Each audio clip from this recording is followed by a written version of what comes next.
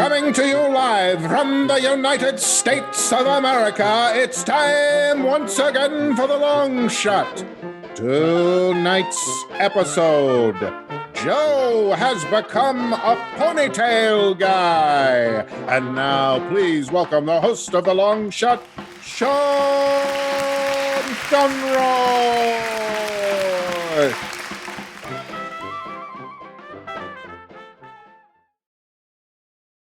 Thank you so much. Welcome to the Long Shot Come Hell or High Water. It is a podcast. I am your host. My name is Sean Conroy. With me today on the show, the light at the end of the merry-go-round, Miss Amber Kenny is here. Hello. The night stalker, the street walker, the code talker, code talker. Wow. Yeah, the Navajo code talker. Right. Yes. And the photo gawker, Joe Wagner is here. I appreciate the photo gawker. I took a photograph this week, which is something I have not done in months. It rained in LA, and I took a photograph of just outside my building during the rain, and that felt very good. I like photography. And you like the rain. And I love the rain. And it felt, I realized I had not, part of my street walking is taking photos.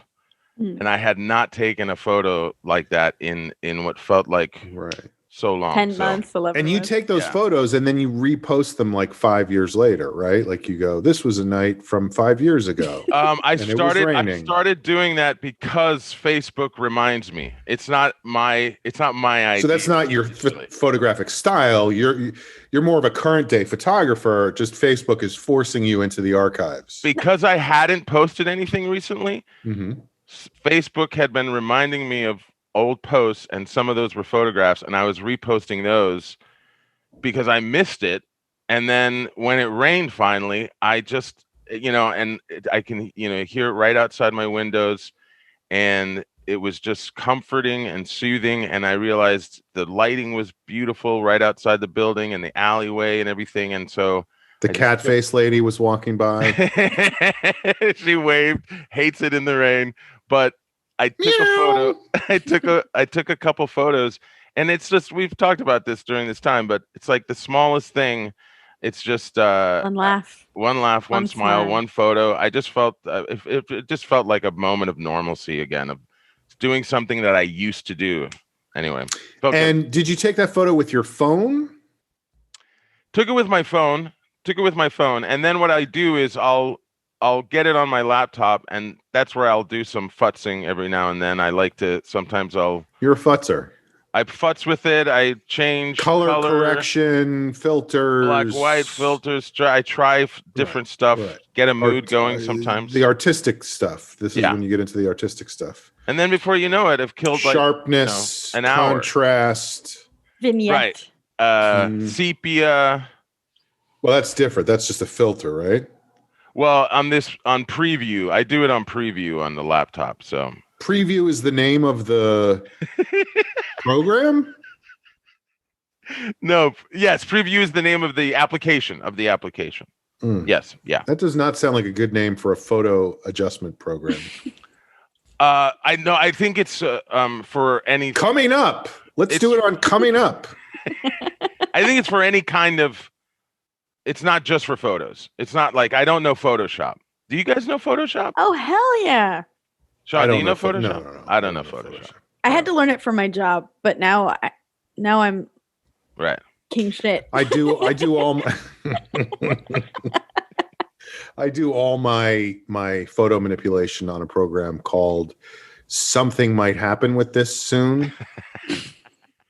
So I know that it isn't your bent, but I kind of wish, Joe, that somehow you were a photographer whose artistic bent was just to show us life 5 years ago, and like how that, like what that means about who we are today.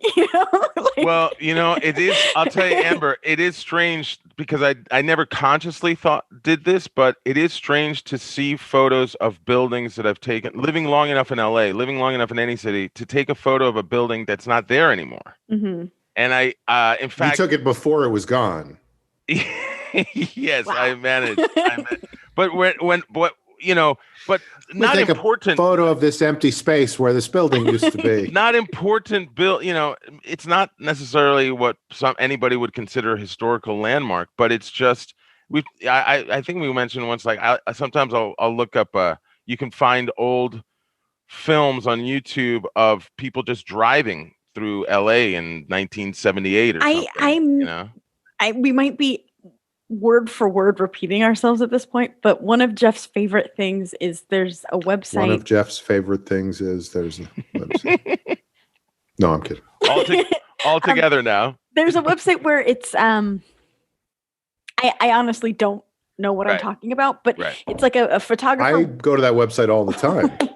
Went down Sunset Boulevard and just took pictures every 5 years, every 5 years. Well, yeah. So you can just drive Sunset at different years. Oh, that's and incredible. It's pretty, and it's fun.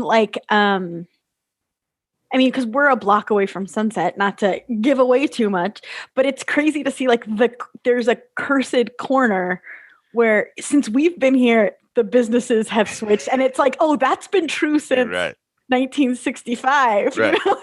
I feel like I could find your apartment now.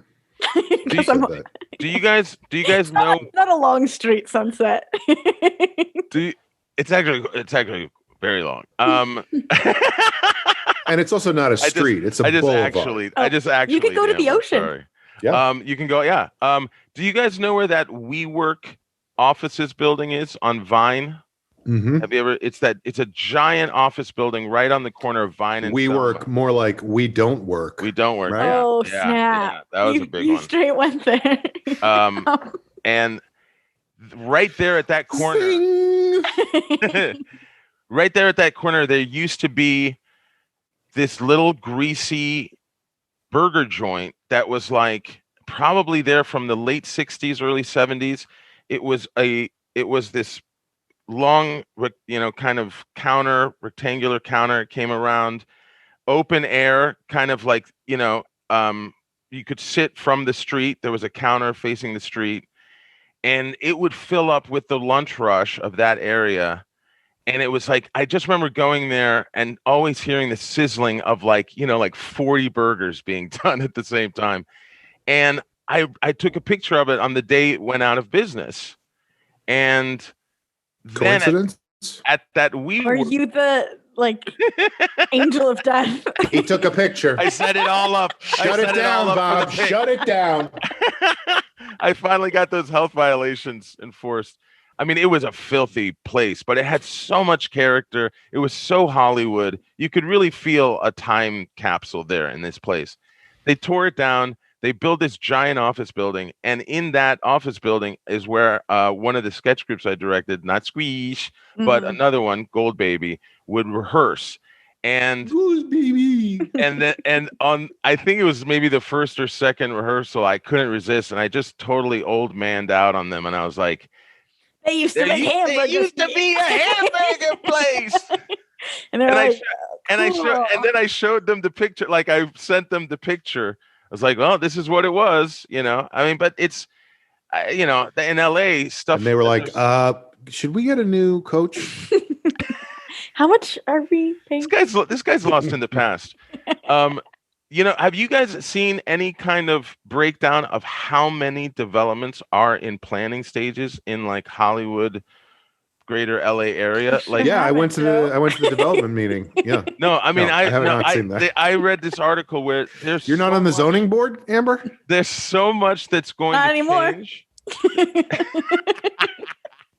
They heard the podcast. They know what they did. They know what they did. See ya. So much is going to change in the next 10 years if all these projects proceed. I mean, we had a Target in Hollywood that literally they stopped the construction and it was there vacant boarded up for what, like 5 years or something? How long was that Target? A long time. Yeah, it was crazy. But I think it might have been more than 5 years, but stuff can somebody made disappear the joke that quickly in like LA. the Target on Sunset and UCB Sunset could never once be open at the same time. Like one had to die for the other to live. Yeah, that's hilarious. I find that hilarious. By the way, I will be go see the Swarm. I will be doing I was going to say I will be doing a long form show in women's accoutrement. Did you do shows there a lot? I feel like you were at Sunset. OG. Yeah, you were at the OG all the time. I mean, we did ASCAT there every Sunday night for years.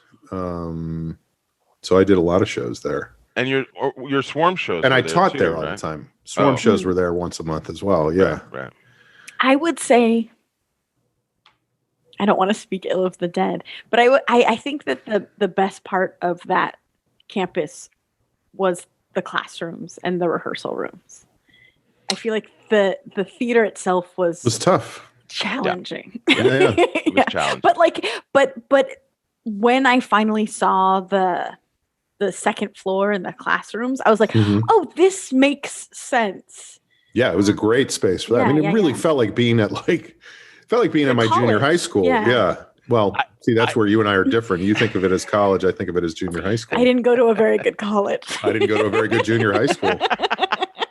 I was about to say, the first time I only got up there at the very end of the run of the theater, and like I didn't. He's coming up. Shut it down, Bob. He's up here. Don't let him take a picture. He's gonna take a. We're gonna go out of business. I can't wait till he talks about this with Gould, baby. By the way, I do have a picture of UCB Sunset. So there you go. Took a picture of the reflection of the sign. It's like a fucking Twilight Zone episode. I hadn't seen. Hey, don't take a picture of me, bro. I hadn't seen those classrooms. Amber just disappears out of the frame. Back to the Future fading. But when I walked up there, I was like, "Oh, this is a teaching complex." Right. It felt. I'll say it was a community. I'll go in between and say it was like a community college. Felt like a community college. That's in between junior high school and college. Right. It's more towards college. It's more like college. Right. But I'm just talking about in a field. It is college. I mean, it is college. It's definitely college. Yeah. I'm going to say it's in between junior high school and elementary school. I'm going to say it's more of a junior. It was more of a junior. It had a little lobby area. No, the one part you didn't mention that I also loved, Amber, was the coffee shop that was in there, which was a great place to go and work because it was this huge, wide open space that I honestly, and I'm going to go back to the junior high school thing, it felt like a cafeteria. It felt like a cafeteria. Well, and the food, at least at first, was provided by two of my dear friends. Right. Chris Register did all of the savory food, and Drew Kashgarian did all of the baked goods. Mm-hmm. And it was good. Like, it was good food. Yeah, that's a fun chunk of history. Mm-hmm. Yeah, I mean, we could talk about UCB Sunset forever. I don't know why we are. I have almost It's too bad Joe took a picture of that place, or it would still be around. All right. Well, let's get Jamie. I miss Jamie. Oh, Jamie's not even here. I was about to introduce Jamie, and I realized he's not here. Don't take a picture of him.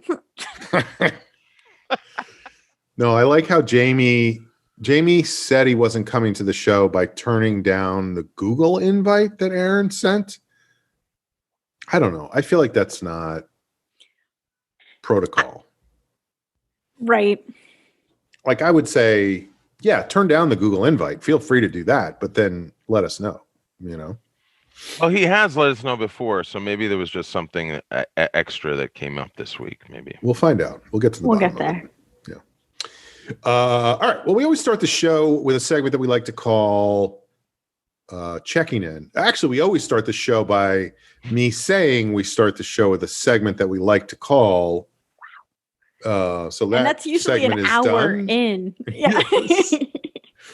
We really cut it down today. Yeah, you were getting coffee, and Joe and I were like, I wonder what the topic of the hour before checking in will be today. Right. And we didn't even get to some of the stuff we could be talking about, I like know. GameStop. That was one of my guesses. I love that you guys want to talk about GameStop. It's You want to talk about fascinating. GameStop? I want to talk about it. No, I'm open to it. I just didn't expect that. I'm totally fine with it. And obviously it's a big story. So Yeah. I hope it works out for everybody. oh, we're talking about GameStop? I don't know. I don't know what's happening. In. You started. Yeah, I started announcing. Well, we always like to start the show with a segment that we like to call checking in. GameStop. So let's with a segment that we like to call GameStop. Joe, you didn't take a picture of GameStop, did you? Oh, Joe. Because there's a GameStop over there on Sunset right by UCB. Oh, that's true. Former That's UCB. True. No, I know. No. Okay. Well, let's start today with Amber checking in. Sure. What's going on, Amber? I was GameStop? GameStop. I mean, I could talk about it, but I'm going to choose to pick something more personal to my life. Okay. Because I feel like the definition of checking in is more about checking in about your personal life. But I find the GameStop thing fascinating, and I would love to talk about it, but I'm not going to pick it as my checking in. I didn't even know checking in had a definition, but go ahead. So I was thinking about it today while I was showering that in lockdown, checking in is a little challenging. Mm-hmm. I mean, in the Joe, you look like that Kermit the Frog meme, like sipping the tea. Anyway, yeah, because it has the tea bags. Anyway, because in the past, okay, this is so meta, but we did this podcast. We have done this podcast for a very long time. We took a year off. We have been doing this podcast for a very... Yes, it's like I'm learning how to conjugate a verb. Yeah, we had to have been doing this podcast. Aorist pluperfect. Yes. We will have been doing for us to be having had done it. Yes. But I realized in the year that we took off, I did find a bit of relief. Hear me out, in the sense that for the decade we did the podcast, as I was living, I constantly was like, is this something to talk about on the podcast? Is this not something to talk about on the podcast? Or I would make choices like, oh yeah, I should do that because that would be interesting to talk about. Like a selection process. Well, it's just living your life aware that you need to share it publicly and make it quasi interesting, if at all possible. Right. So it was kind of nice to have that year to just be like, yeah, I had a boring, basic ass week. Take her picture. That's okay. And I know, please take a picture. That it doesn't have to be consumable, like the life I lead. Oh boy. I need to eat food. Anyway. You need to consume food. But you're saying that break reminded you of that. Well, that I could just like do things, live your life, and I don't have to worry about making the choice that is best for an audience. I'm just living for me, for you, right? And even if that, like, as much as when we were doing the podcast 1.0, I would try to just live authentically. It's like that thing. As soon as the Heisenberg uncertainty principle. Yes, yes, that's yeah. Right. As soon as you can't know the speed and the location at the same time. Well, and as soon as something is being watched, it behaves changes differently. Yeah, mm-hmm. There's no way to change and you don't know if the cat is alive, right, or dead. No, that's the Hindenburg. That's Hindenburg's box, I believe. Anyway, all of that to be said, then I was thinking about today, there's like the extra layer of being in lockdown where it's like, what did I do? Nothing.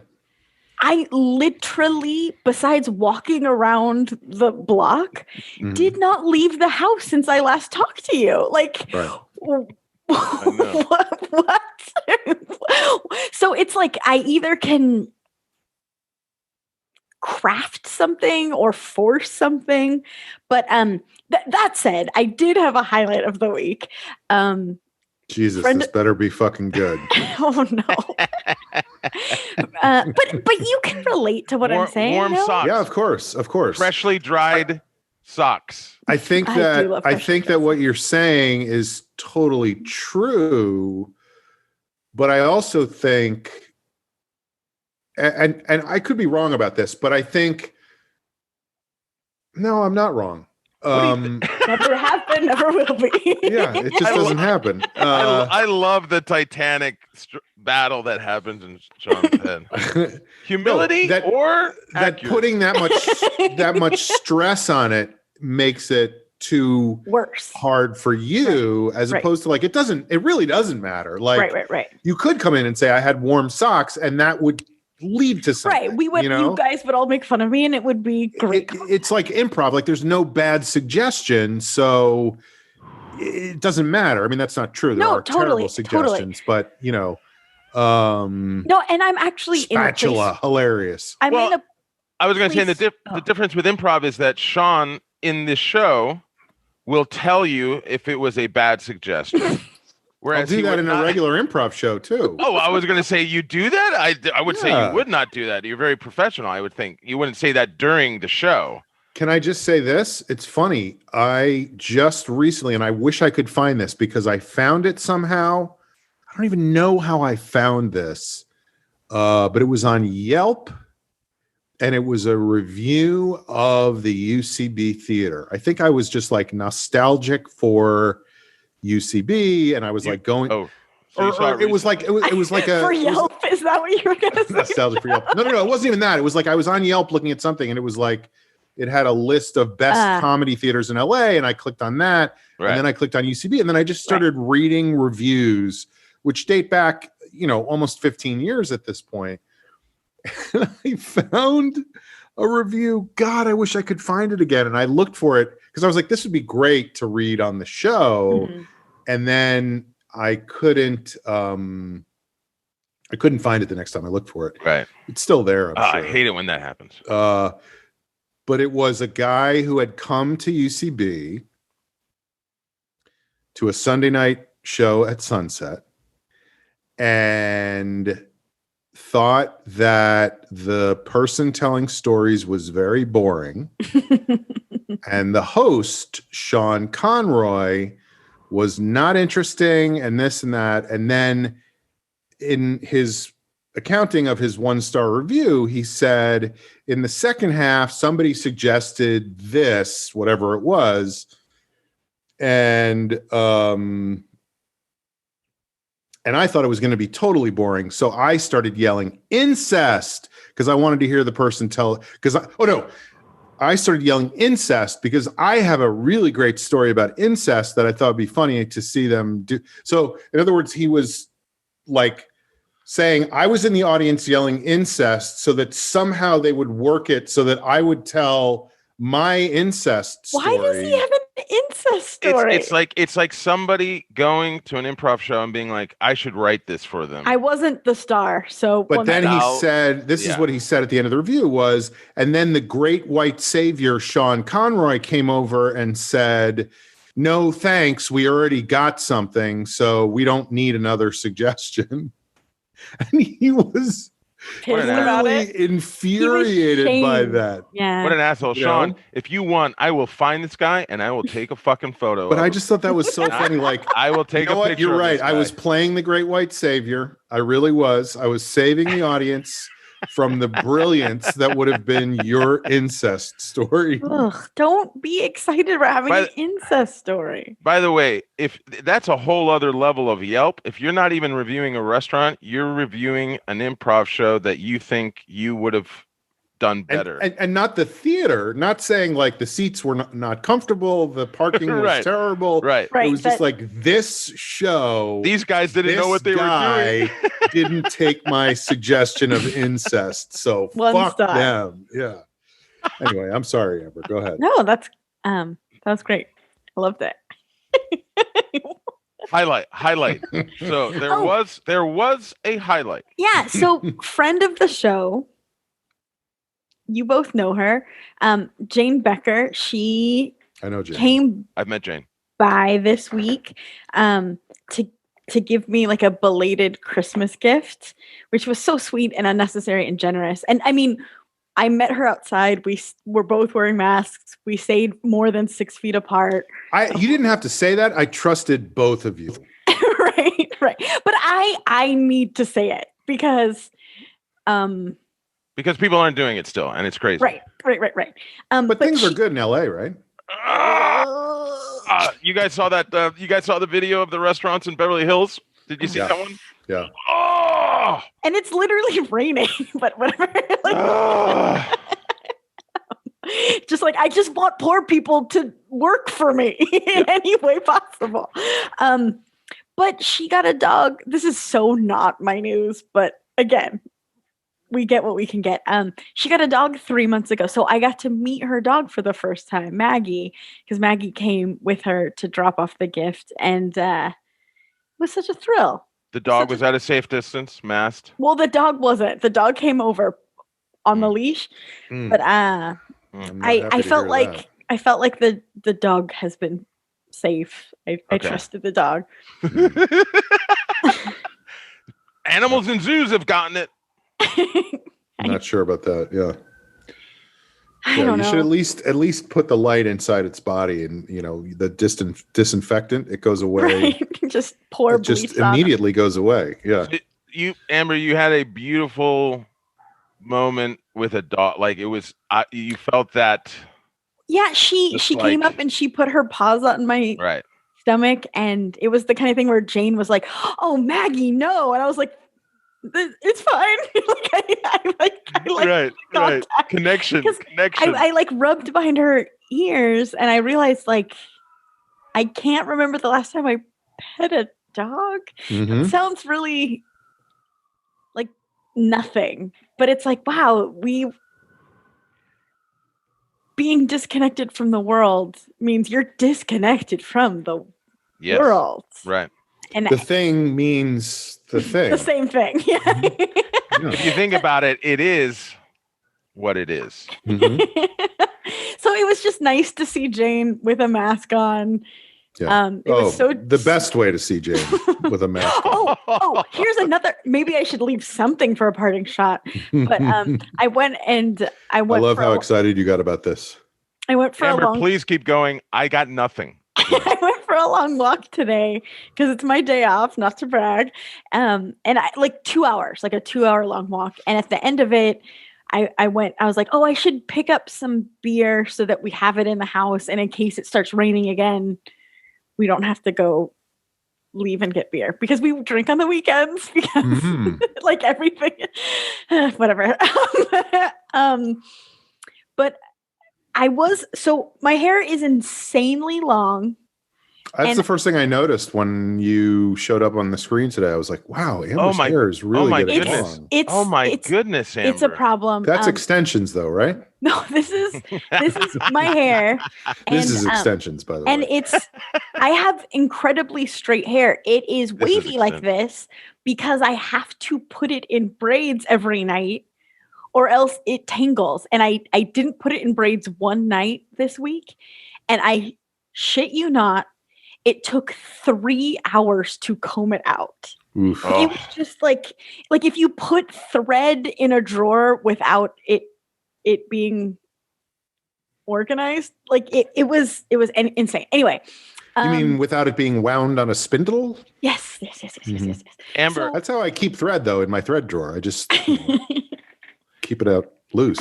I was gonna say, do you have a tendril coming down? Like I have a little Superman curl. I like it. But what I was gonna, the way I was gonna relate is say that I don't.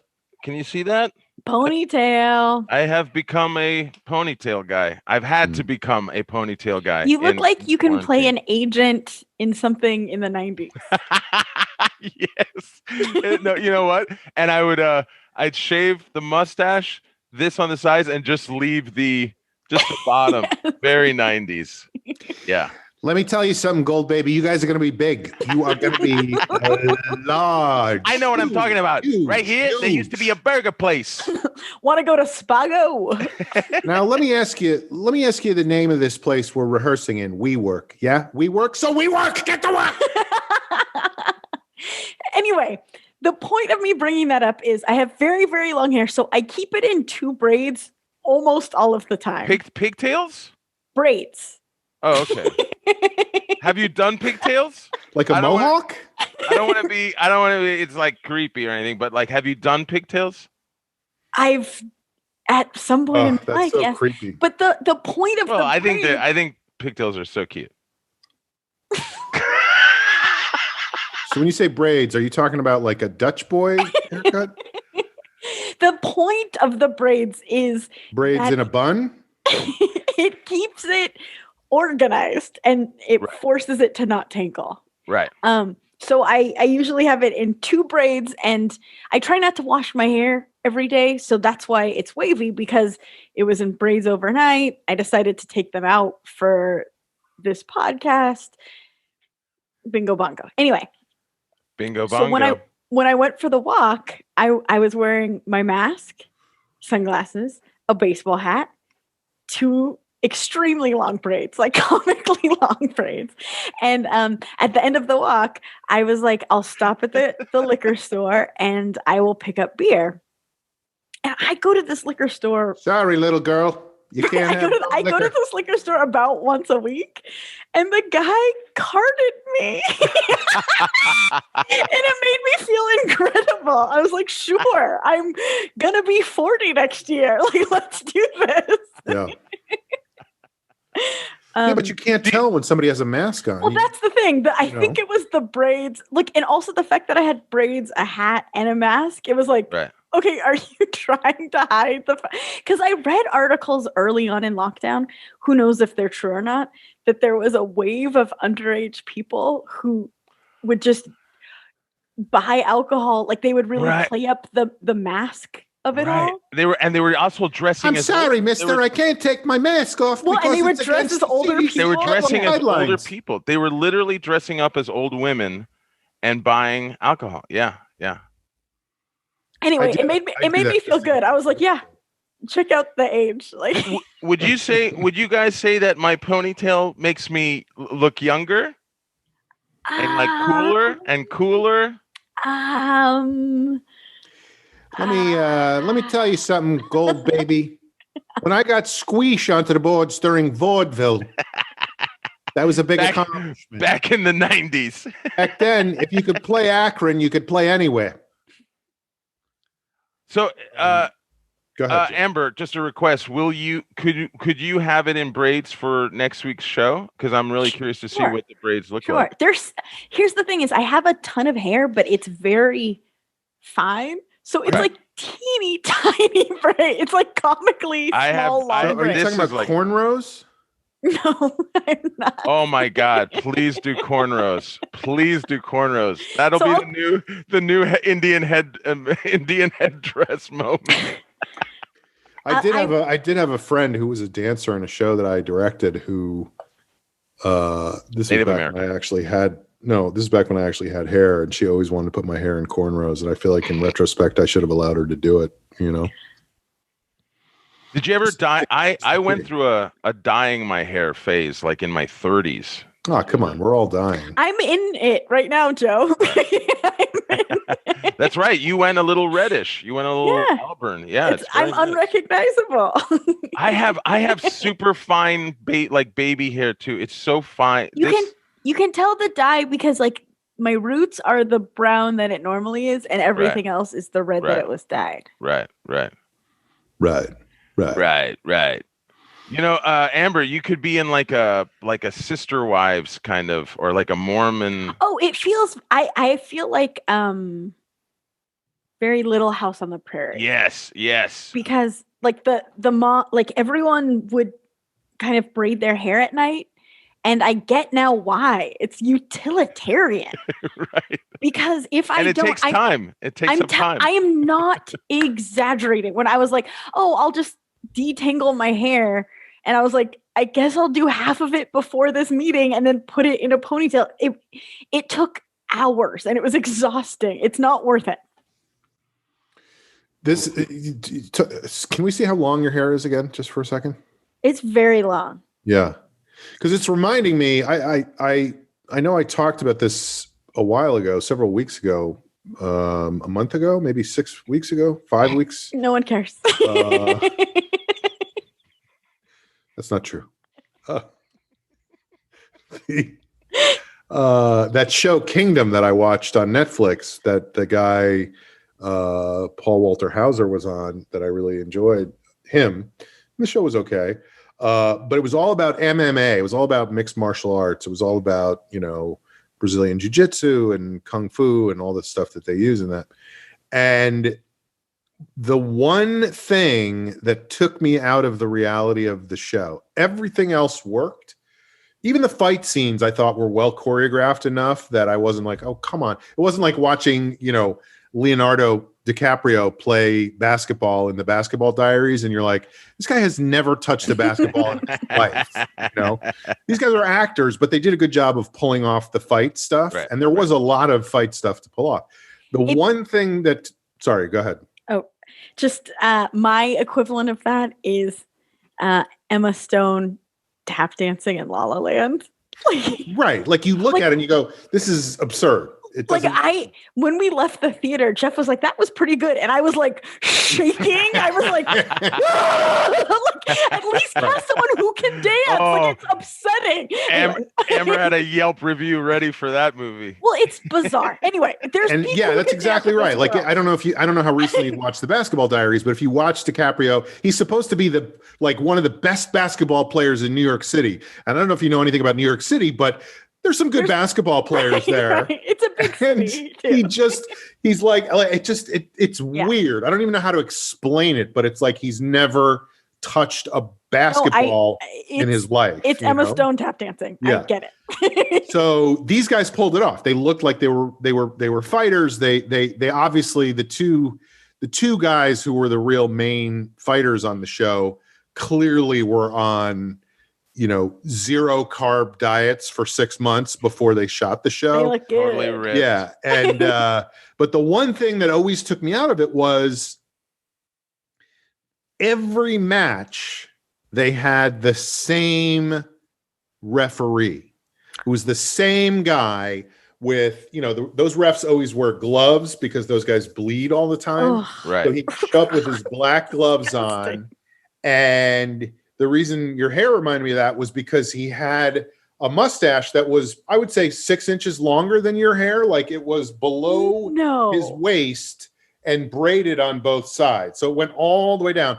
And I was like, there's no way that there is only one MMA ref anywhere. And he's that refs all the matches.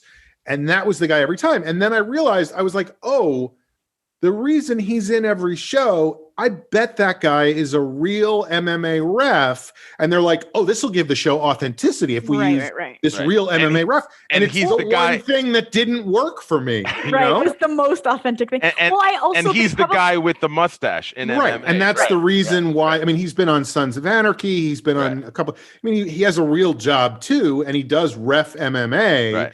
And it was like, but he has a look, authenticity. But he has those mustaches, so he's castable. But that was the one thing where every time I was like, oh, that fucking guy again, So I Googled giant mustaches MMA ref, and there he was. I forget his name, but it's just a dude who's like been, and of course, that's all he talks about is his mustache, Who says there's nothing happening this week? This is still Amber's checking in, by the way. I feel like I've killed it. I've done a really good job. So anyway, I'm saying, like, if you're paying attention to detail, the detail of not every match is reffed by the same guy in the entire. not even the entire country, but even just in Southern California. Like they they had matches at take a different day places. off. Yeah. You know what I mean? So it was insane, you know? So that's a detail that they fucking missed on that Okay. show. Fuck ups. Wait, Amber, do you have any future plans for your hair? I'm writing that down. That might be the title of the episode right there. I don't plan to go to a salon anytime soon. Of course. It doesn't feel worth it. Well, I mean, to me. but have you thought of doing anything, or Jeff? Yeah, I've looked at a couple YouTube videos of like how to cut your own hair, but I was like, I don't know. And now it's almost an accomplishment. It's my hair is my own scrapbook. Like I want to see how long we can get this bad boy to get. I love the feeling now when I'm shirtless and I put my head back and I can feel all the curls in the back hit my back. Mm-hmm. And I have so like many this. things I'm trying to wash out of my mind right now. So many images. Like, Sean, I'm sure just to remind you, Sean, I'm shirtless and I have my head back. Are you greased up at all? No. I'm fully dry. I mean, my skin is fine. That sounds worse in a way. I'm not dry. I'm not overly dry, but I mean, You're not like ashy. I'm not oiled, right? I'm not oiled. I'm not ashy. Wait, Joe. I throw my head back like this, and I can feel this cascade of curls go back. Mine can almost hit my butt at this point. Right. Oh boy. What is it like when you take a shower, Amber? You feel it like it's so long. Like same now when I take a shower and I feel all that hair in the back. I mean, it's just, and it gets heavy. Mm-hmm. Just 2 towels. I don't know. Sean, was that you wiping this out of your I was brain? scrubbing my brain from the outside. Wait, Joe, did you get the olive oil?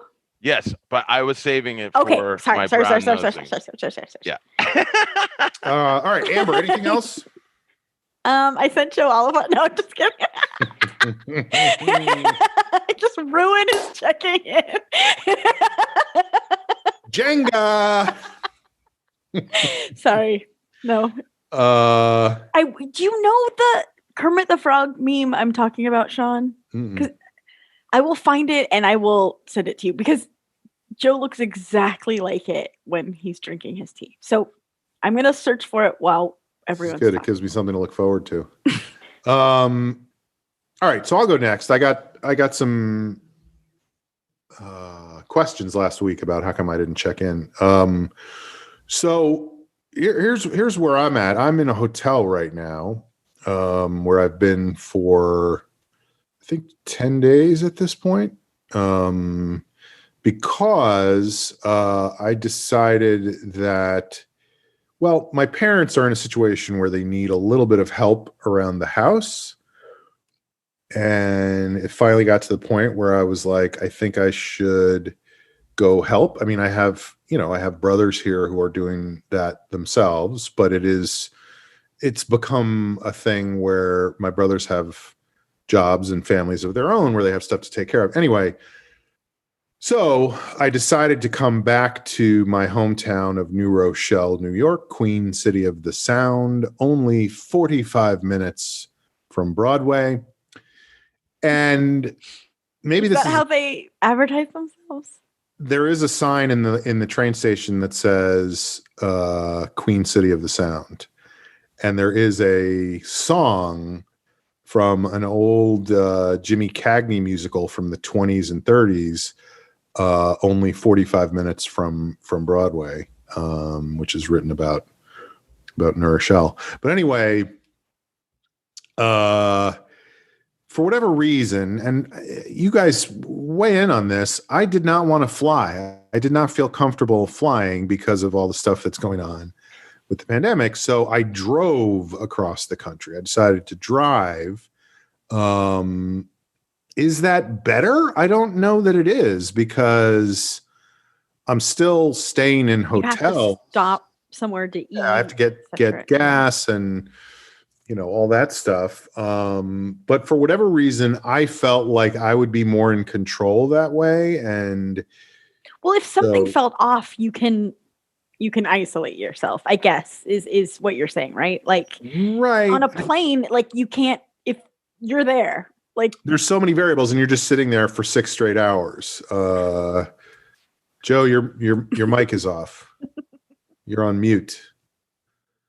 And you only need to see. That was our first one of you're on mute, though. That's pretty impressive. That's not bad. It's because I accidentally pressed the. You're on mute because that's a beautiful mic. Yeah, mine doesn't look like that. Yeah, my friend Sean gave it to me.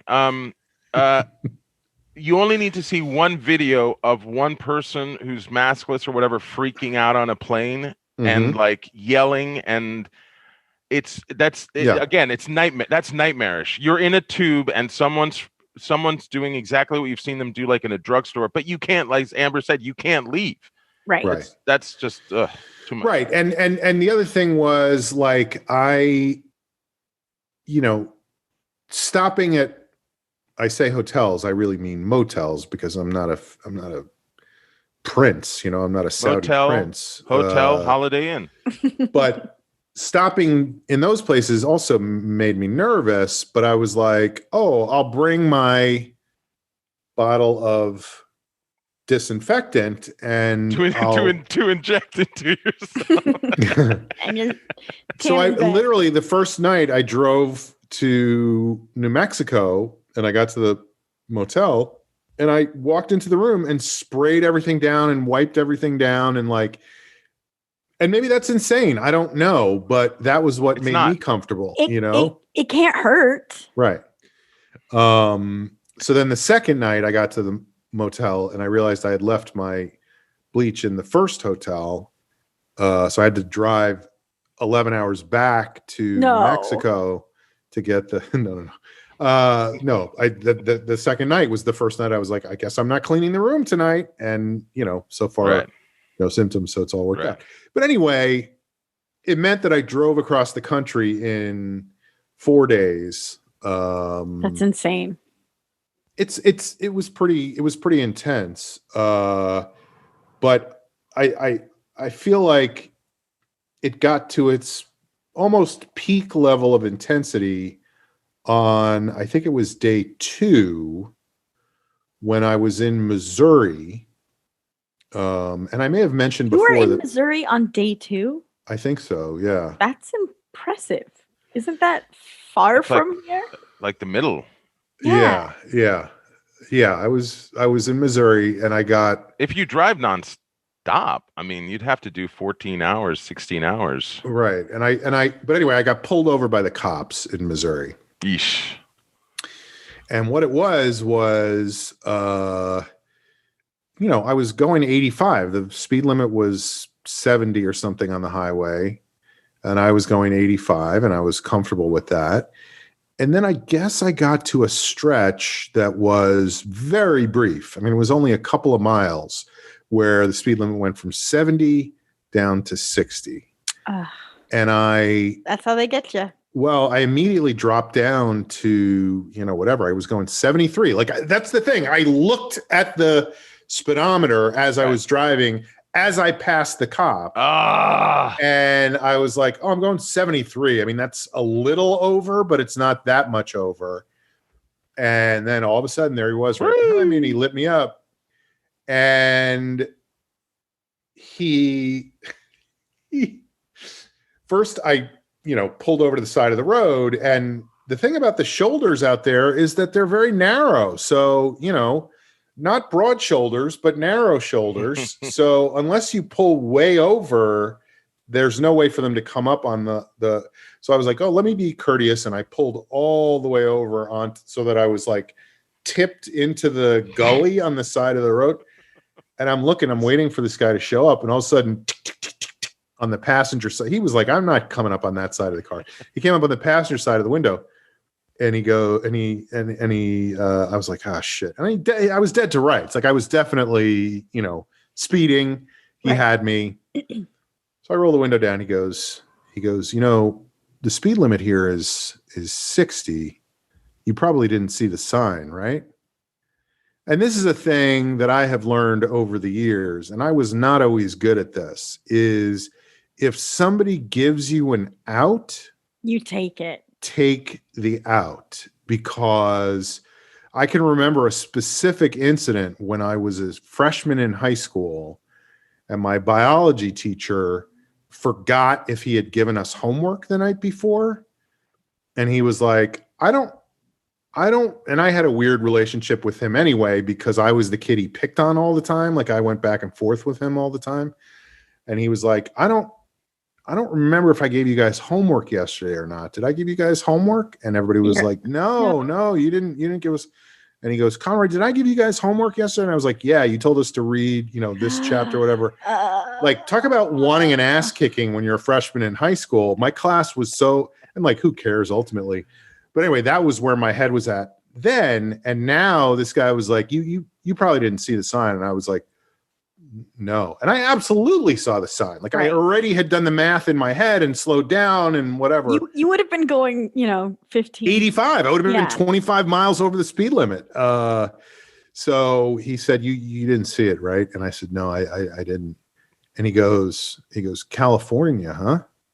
And you know how in the movies they always go like, big city fella. Yeah, or like, you're a long way from home, boy. And this guy was kind of the other way around. Like he was like, California, huh? Boy, you're a long way from home. Like that kind of like. And I thought that was like, I didn't really think this, but I just laughed as if that was the funniest thing I had ever heard. And I think that's what got me out of the ticket. Like, then we just started chatting and he was very friendly. And he was like, do you have your proof of insurance and your license and registration? And I gave him all the stuff. And he was like, I got to run this, but let me see if I can do it without giving you a ticket. And he left and he came back and he was like, have a good day. And that was it. So I got out of it. From 2024.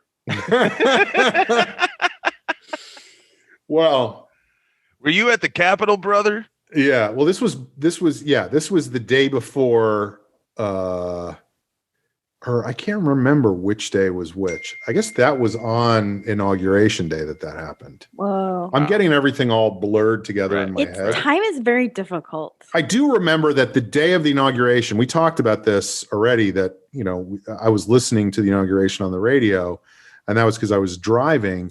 But I remember that as I was listening to the inauguration, I was on the Will Rogers Highway in Oklahoma in my Buick eating a what do you call those things?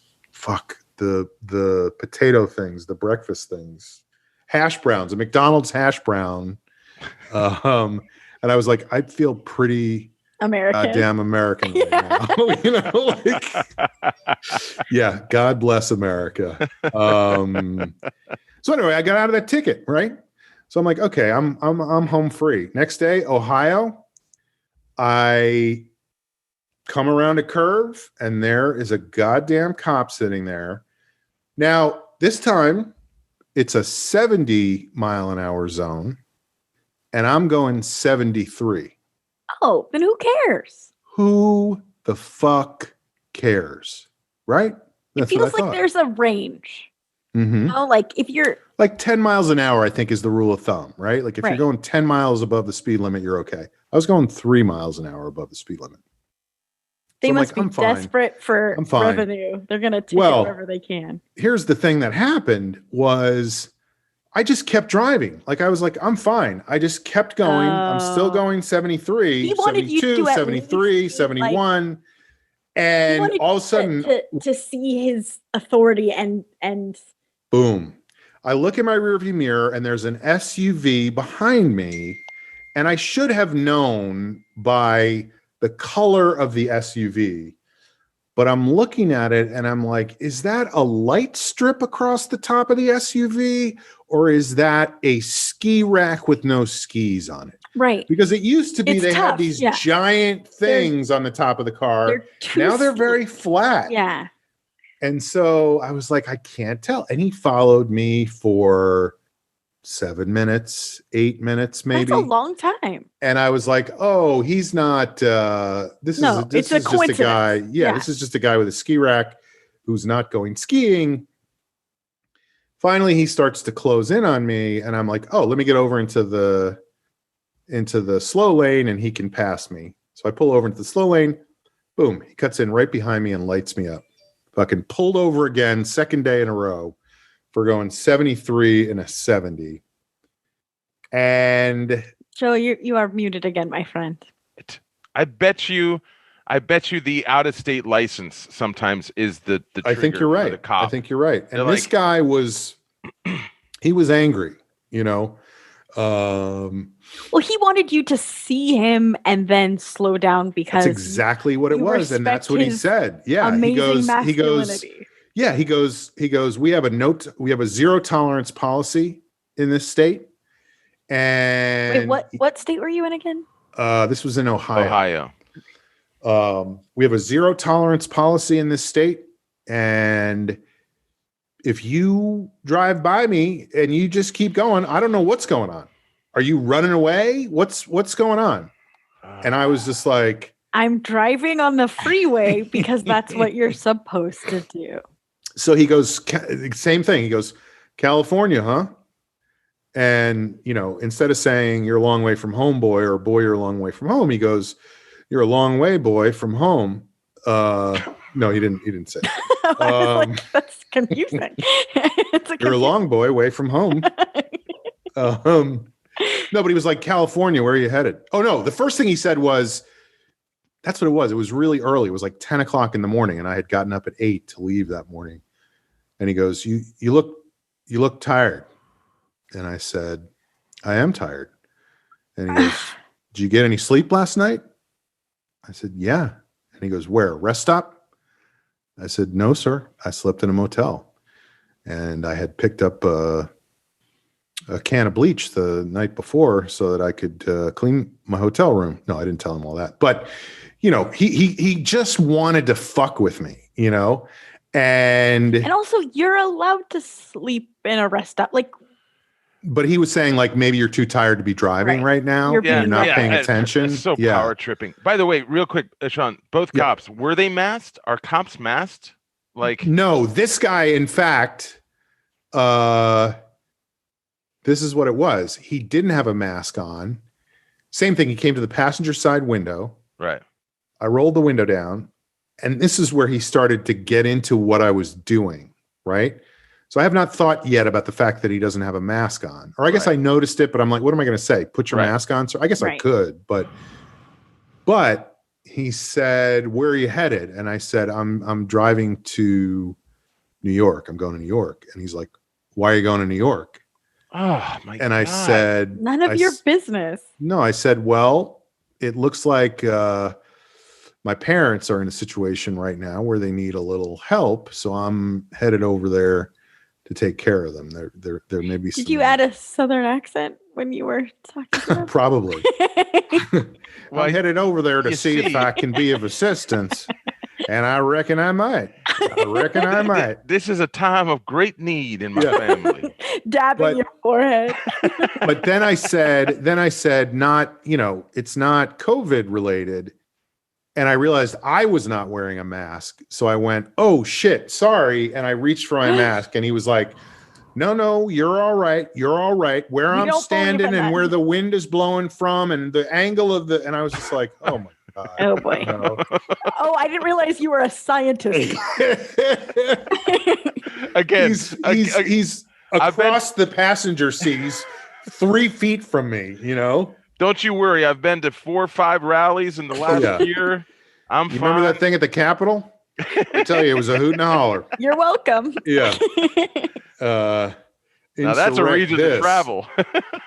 But so then he was like, it just, you know, he was really pushing me. Like he was like, so what's going on with your folks? And I was like, well, they're just in a situation where they really could use some help right now. And that's, you know, that's what I'm going to do. And I think just the way, I mean, I was telling the truth, but that could easily be bullshit too. I'm sure cops hear bullshit stories like that all the time. My dog ate my homework. Right. But I think just the tone of voice that I had took him aback a little bit. And at that point was when he kind of went, oh shit. Like he was like, oh, I'm sorry to hear that.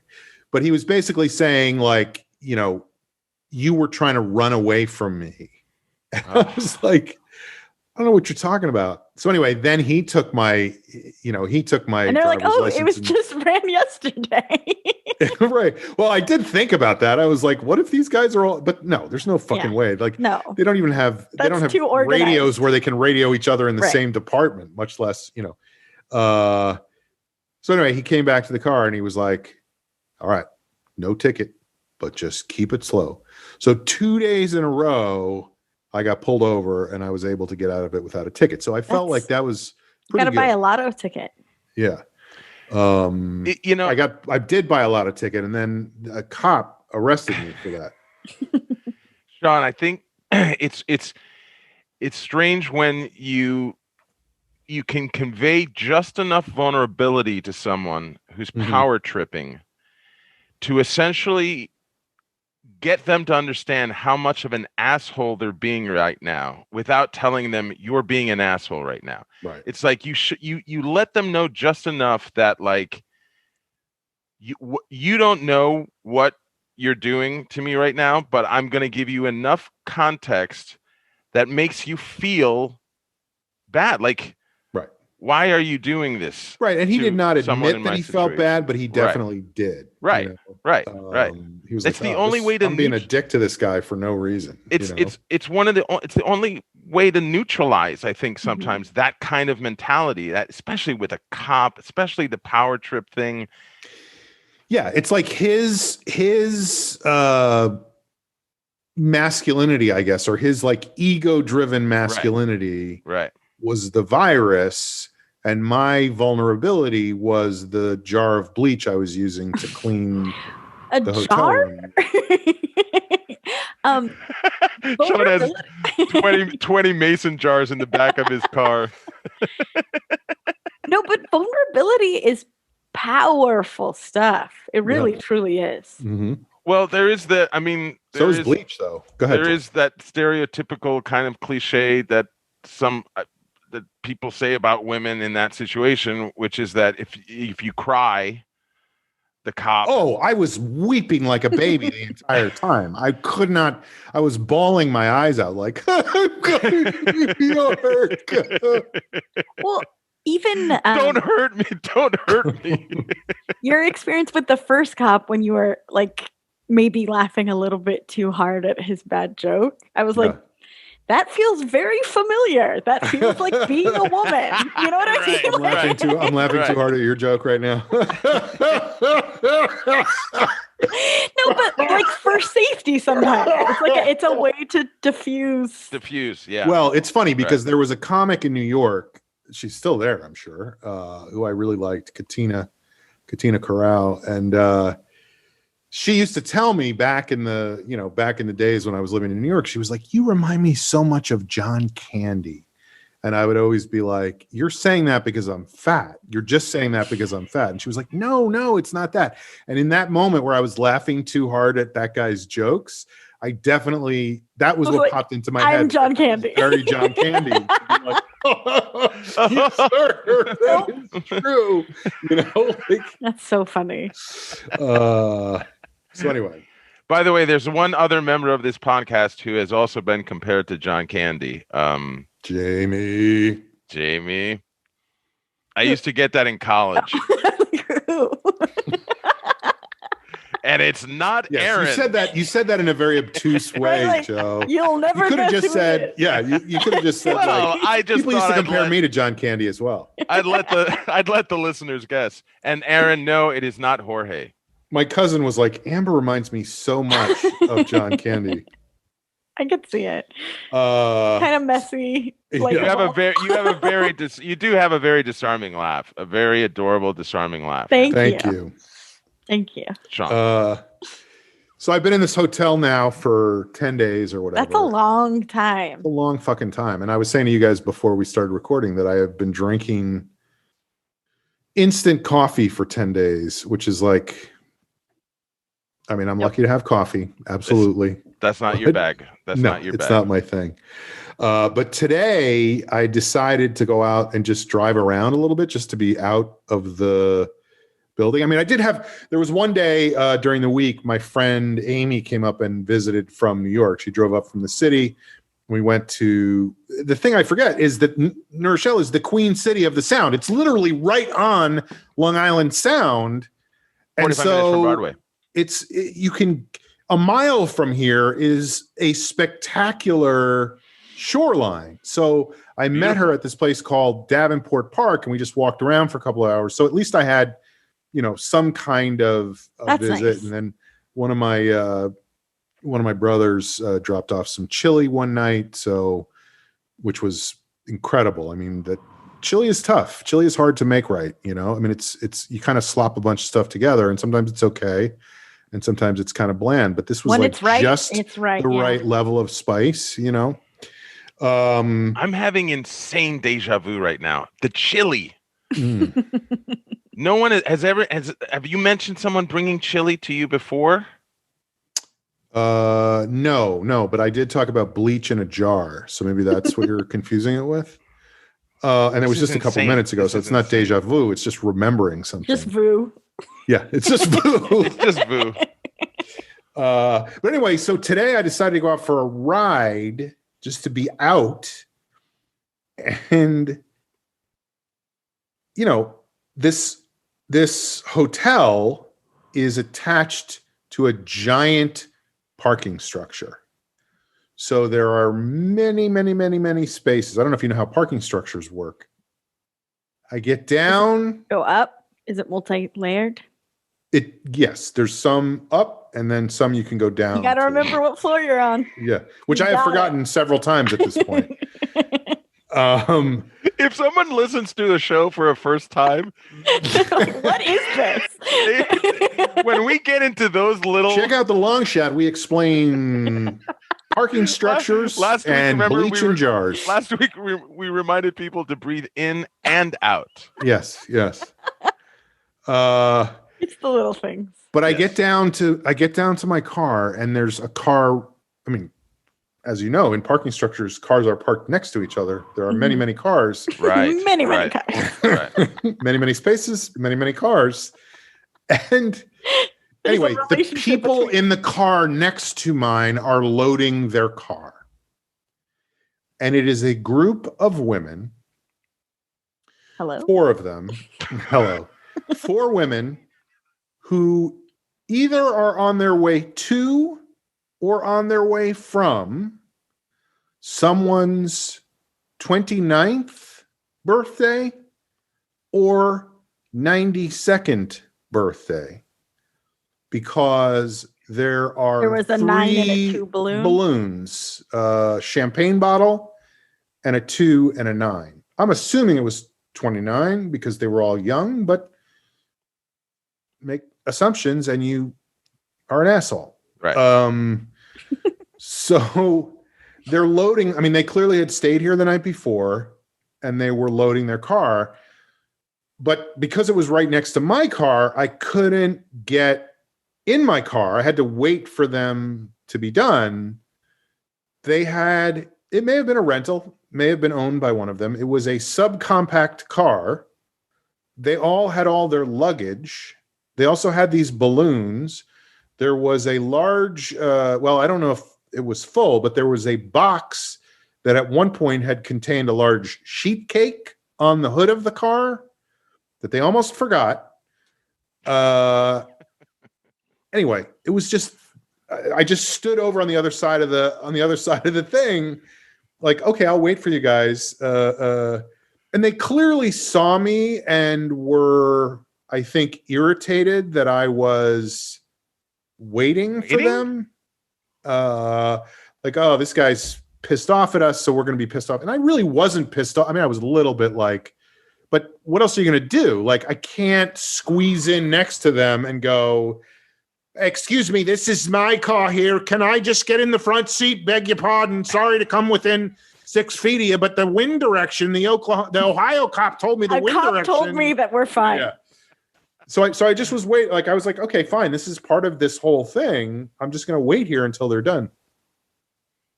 And the reason I knew that they were pissed at me was because, 10 minutes of like, and you have never been so deceived as to whether a task is accomplished as you are when you're watching somebody try to load a helium balloon into a car. Like, they're just like, the helium balloon goes down, boop, pops back up again, down, boop, pops back up again. They could not get it done. They couldn't get it done. You're like, hurry up. She's 92.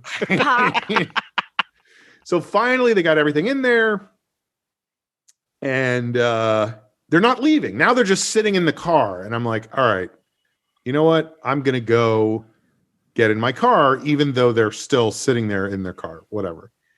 So I walk over and I notice that they have accidentally left a quart of strawberries behind the left rear wheel of their car.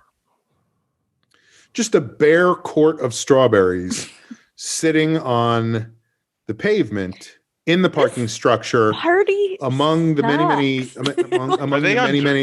spaces, many cars. Are they on many drugs? Strawberries.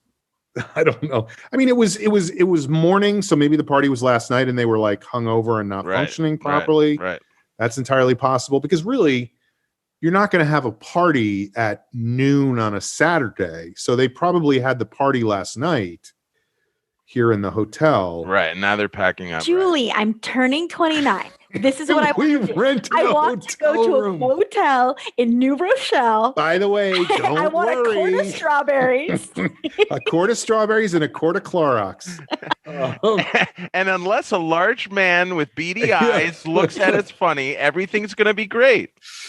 I don't like that you described me as having beady eyes, but well, okay. that was her interpretation. Oh, okay. You were playing a character. Yeah. Yes. No, I don't think she would interpret me that way. You have beautiful eyes. You have beautiful eyes. But beautiful blue eyes. But so I pick up the strawberries, and I'm opening the door to my car, and I kind of lean in like this to go, you guys left these. Do you want them? To the driver of their car. This is the other thing. They're facing the wrong way in the space. Like, that's just another thing where I'm like, what is the matter with these people? Because that means to get out, they have to pull forward and then turn and go the other way. Loading up the trunk was probably very difficult because it was they were backed up against the wall. Right. So anyway, I show her the strawberries, whatever. And if I'm the driver, so you guys are me right now, and I'm the driver, and I have a hand. This is my hand holding a quart of strawberries. This is actually good cinematography. So you're playing both characters, really? Yeah. So, but you can't see where this hand is coming from. You can't see that it's actually my hand. So imagine I have a quart of strawberries in this hand. Okay. I'm like, hey, you guys forgot. And she goes like this. She goes, and she won't look at me. Like, I'm like, what is going on? Like, does she think I'm about to attack them for taking so long to load those helium balloons into the car? What's happening? So she won't. She's just ignoring you. She's ignoring me and maybe saying something like, look at this guy's beady eyes. Like, I don't know what she was saying to her friends, whatever. And so I just like tapped on the window and I said, California, huh? You a long way from home, boy. No, I said, you guys forgot these. Do you want these? And then she rolled down the window and she's like, what? And I said, these were on the ground. You left these. Do you want them? And she's like, oh, thank you. And God. And then, we fought. We had a big fight. And then you got married. A rumble. Yeah. It turned out it was a meat cute. Anyway, what a fucking adventure. Like, I was just like, ugh, do I have to deal with this right now? So that's what people suck.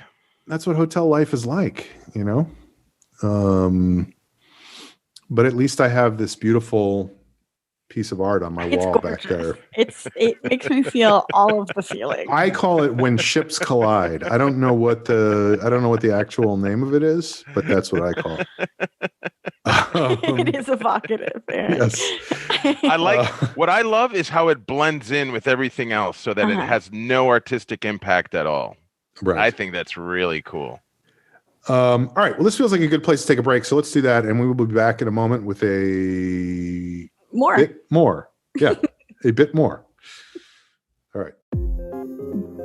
Hey, everybody. This is Sean. I'm just going to say what I always say, which is if you could rate and review us on iTunes, that would be great. Also, Amber has been doing a really great job with our social media, sort of kicking that into high gear. So follow us on Twitter at Long Shot Podcast and on Instagram at Low Show Po. That's our Twitter and our Instagram.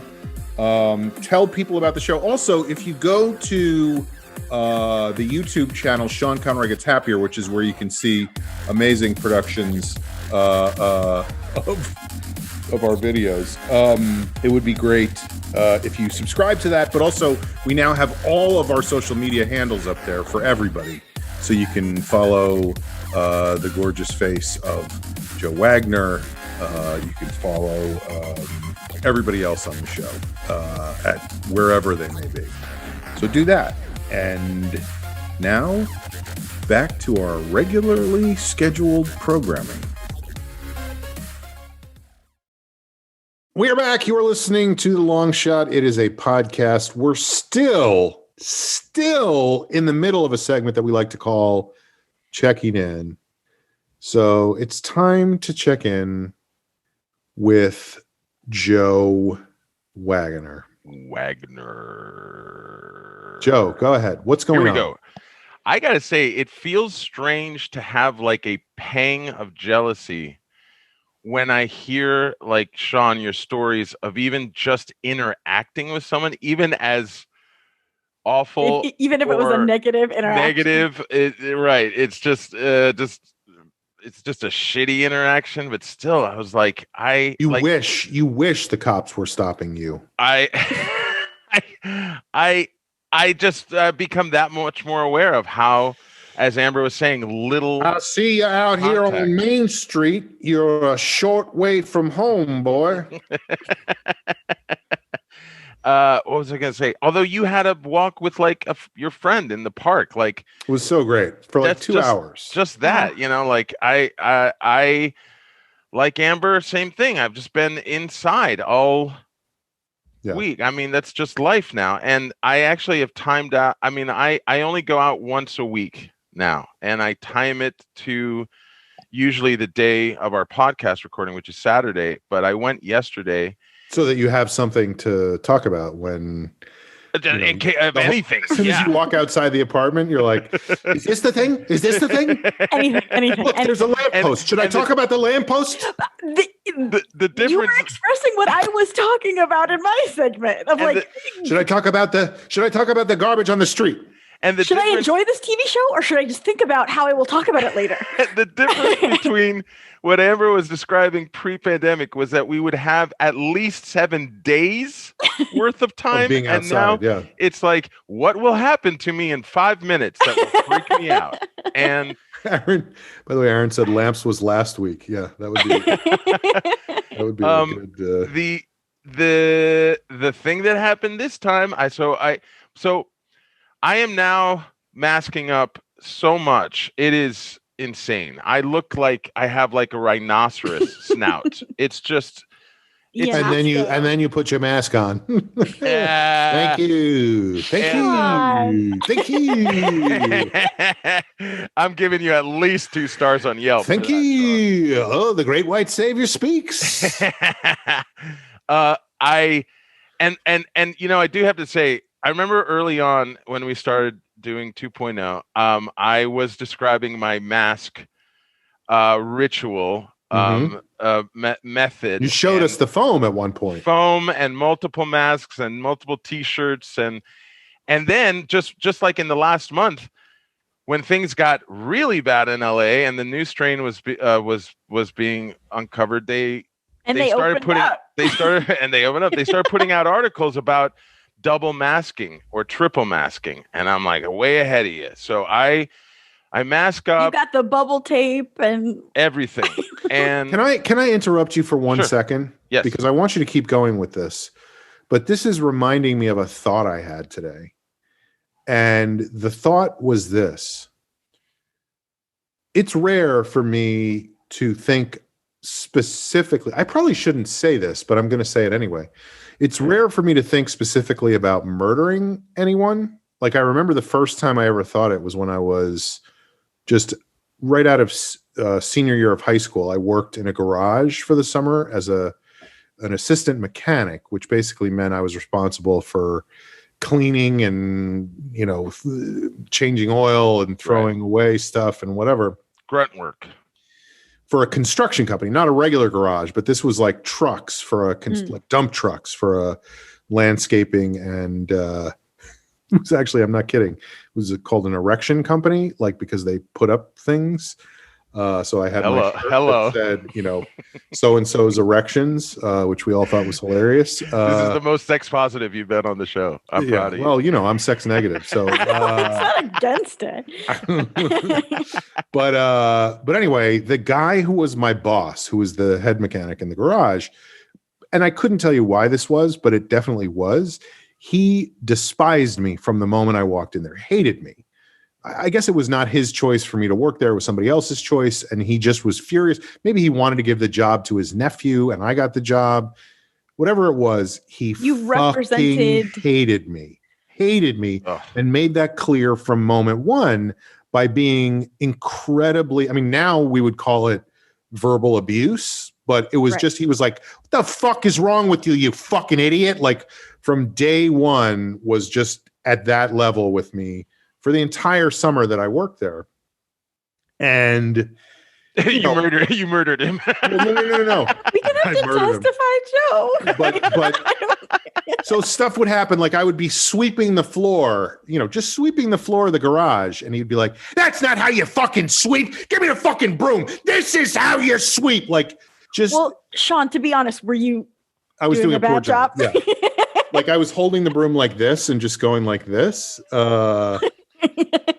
But it was so upsetting that there were times he would be working underneath a truck. He'd be on his, on a dolly. What do you call those things? Whatever those things are. Yeah. You slide in and out on. And he'd be under the truck. There's a lot of dolly talk on this podcast. We love dolly. Well, by the way, and if you need does somebody have a dolly guy, by the way? I'm your dolly guy.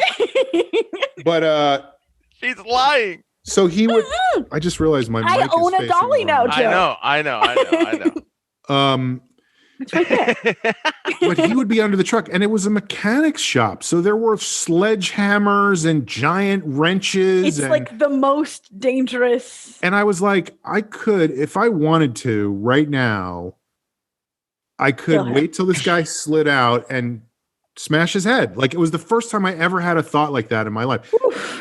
Not something I would ever act on, but it's a thought that we had such a contentious relationship. We didn't really have a contentious relationship. He hated me so much, and it was so upsetting to me that I was like, I just had fantasies of that, of like, this is miserable. And and there was nothing you can do to please him. It wasn't like no. You can correct this behavior, and then he'd be nice to you. A lot of it was washing the cars of the guys who owned the construction company. Like, hey, Sean, Uncle Joey wants his car washed. Take it out back. Come on. He wants the Mercedes clean. And I would have to go out and like wash the car. And then it'd be like, what the fuck is this? You got a fucking streak here. And anyway, the reason I was thinking about that. Was it Eddie Pepito? The reason I was thinking about that in terms of what you were saying, Joe, is because I saw a tweet today from Representative Jim Jordan of Ohio. Now, obviously, I already have a problem with Ohio because I got pulled over there. They tried to hose you. Yeah. But his tweet was, how many masks are you wearing today? 1, 2, 5, 10, 11? Right. And I just can't believe that somebody is still making fun of this fucking plague that is killing people, that anybody would take it seriously. And so I immediately flashed to murdering my boss in high school. And that was the first time I've ever had the thought that I wish Jim Jordan had been my boss when I was in high school. That was the first time. Saved America a lot of trouble by murdering him when he was a garage mechanic, and et cetera, et cetera. Sean, really off of that. Should I be saying I want to murder a representative at this time? Is that unity? That's not unity. Certainly not healing. The healing we need right now. That leads right into something that I have been dealing with this week, which is that I didn't murder. Joe killed my boss. He time traveled back to high school. I did not grow up with or around aggression. I didn't see a lot of. There were not opportunities for me to see male aggression and anger, and I have continued my life. I'm a pretty easygoing. Welcome to the Terror Dome, my friend. I have become someone who is pretty easygoing, pretty relaxed. I would describe myself as mellow. And then at the other end of the extreme, I'm also just really vulnerable and fragile. And I can, it veers between those two poles. What I'm not good at feeling is anger. And it freaks. Hey, Joe, samesies. Yeah, I know, and Fuck both of you. And I'm not saying I'm getting better at it. I'm not saying that I don't want to feel it, because it is a justified anger, right? Mm-hmm. But you want to be able to funnel it in a healthy way. I'm trying to learn how to manage it, because everywhere I turn, sorry, I'm not going to get emotional. I'm a little emotional, but Bubba. But don't get too emotional. I'm so angry at how angry I've been. Whoa. And I've felt that I've had to be, because people aren't, like you said, Sean. It's like a vicious it really is. And it's like nothing seems to happen during a week where you go, okay, well, that's a positive. That seems like a big positive thing. It just seems like everything negative overwhelms that. And the negative stuff is usually about someone who is just not following any kind of conscience when it comes to not hurting someone else. And yesterday when I went out to... Is this about me trying to murder people? Well, you know what strawberries. You know what I read. Who ate my strawberries? I mean, I wouldn't be surprised if, like, you try to offer that woman strawberries and then she shoots you in the face. I mean, it's just like yesterday, and I'm thinking of it in those terms now, because I was talking to my friend Matt about the experiences we've had. He also lives in downtown now. He also lives in a big apartment building. And we were talking about the experiences we've had going in and out, and people not wearing masks and everything. And we came to this conclusion that for us, it feels like it is if you are not masked, it's like you are walking around with a weapon. And if you start talking, that bullets are coming out of your mouth. Potential bullets are coming out of your mouth, because you don't know if those aerosols could sicken someone. Mm-hmm. And yesterday I get my stuff. It's already stressful, because when I run in to grab stuff, it's empty. But by the time the guy is taking he's just the slowest man putting my stuff in. There's now 4 people in this little cigar box of a place, and I'm starting, and the anger, like, so this is like a store that you went into? This is the little mini mart across the store from that is it's just a narrow shoebox of a place. There's only really space for maybe a line of people. Like, you can't really stand side by side. It's barely that wide. And So I get all my stuff, and I actually start throwing stuff into the bag, and like I made like a sound to the guy, like I was like, like I didn't feel like in control, and I grab my stuff and I run across the street. I literally run, which I'm like, I can tell like that's where I'm at, where I'm like, I just want to get away from this. I'm so frightened and I'm so angry. And I run into my lobby and a couple people waiting for an elevator. I let them go first. They're masked. And as I'm waiting there, a woman walks in and I hear her first because as she's Is literally it the cat face lady? she's talking. I'm going to say she was a model because I think there are models that live in my building. They have a model look. Nice. Hello. They have the genetic Hello, structure. darling. And she walks into the lobby and she is talking on her phone. So I look over and she's maskless.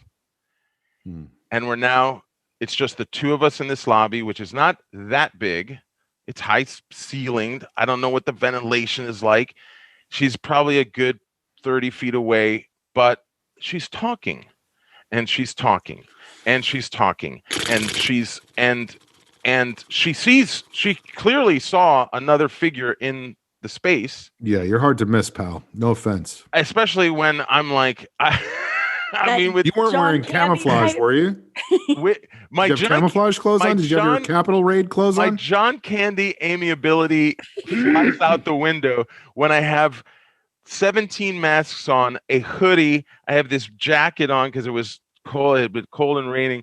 I mean, I look like I look like a bad henchman, like robber henchman. And she sees me. She keeps talking. By the way, sorry, that's two different things. So, well, it's like a henchman who's done some robbery. In LA, you have to be a hyphenate.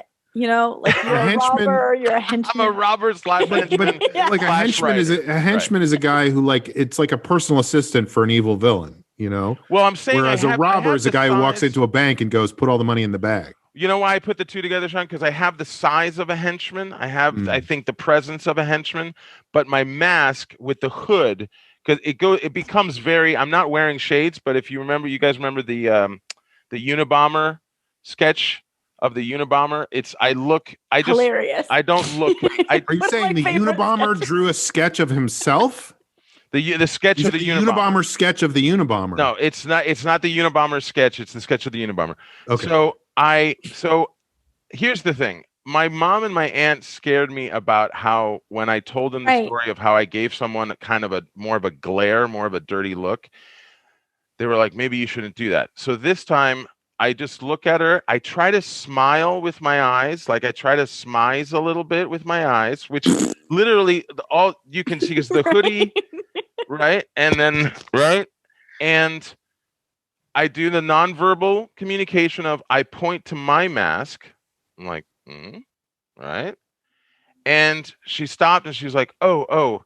And then she kept talking as she was trying to put on her mask. Like, it's not like she even stopped the conversation or anything. And by that point, the elevator doors open. I get in and I get back to my place. But I What was she talking about? Was it good? It was. You know what it was, Amber? Right? Because I couldn't hear. By the way, this feels like a good cop, bad cop sketch. Like Amber's the good cop, and Joe was a witness to something, and we're trying to see if he actually committed the crime or not. And I'm like, so you're in the lobby. What happens next?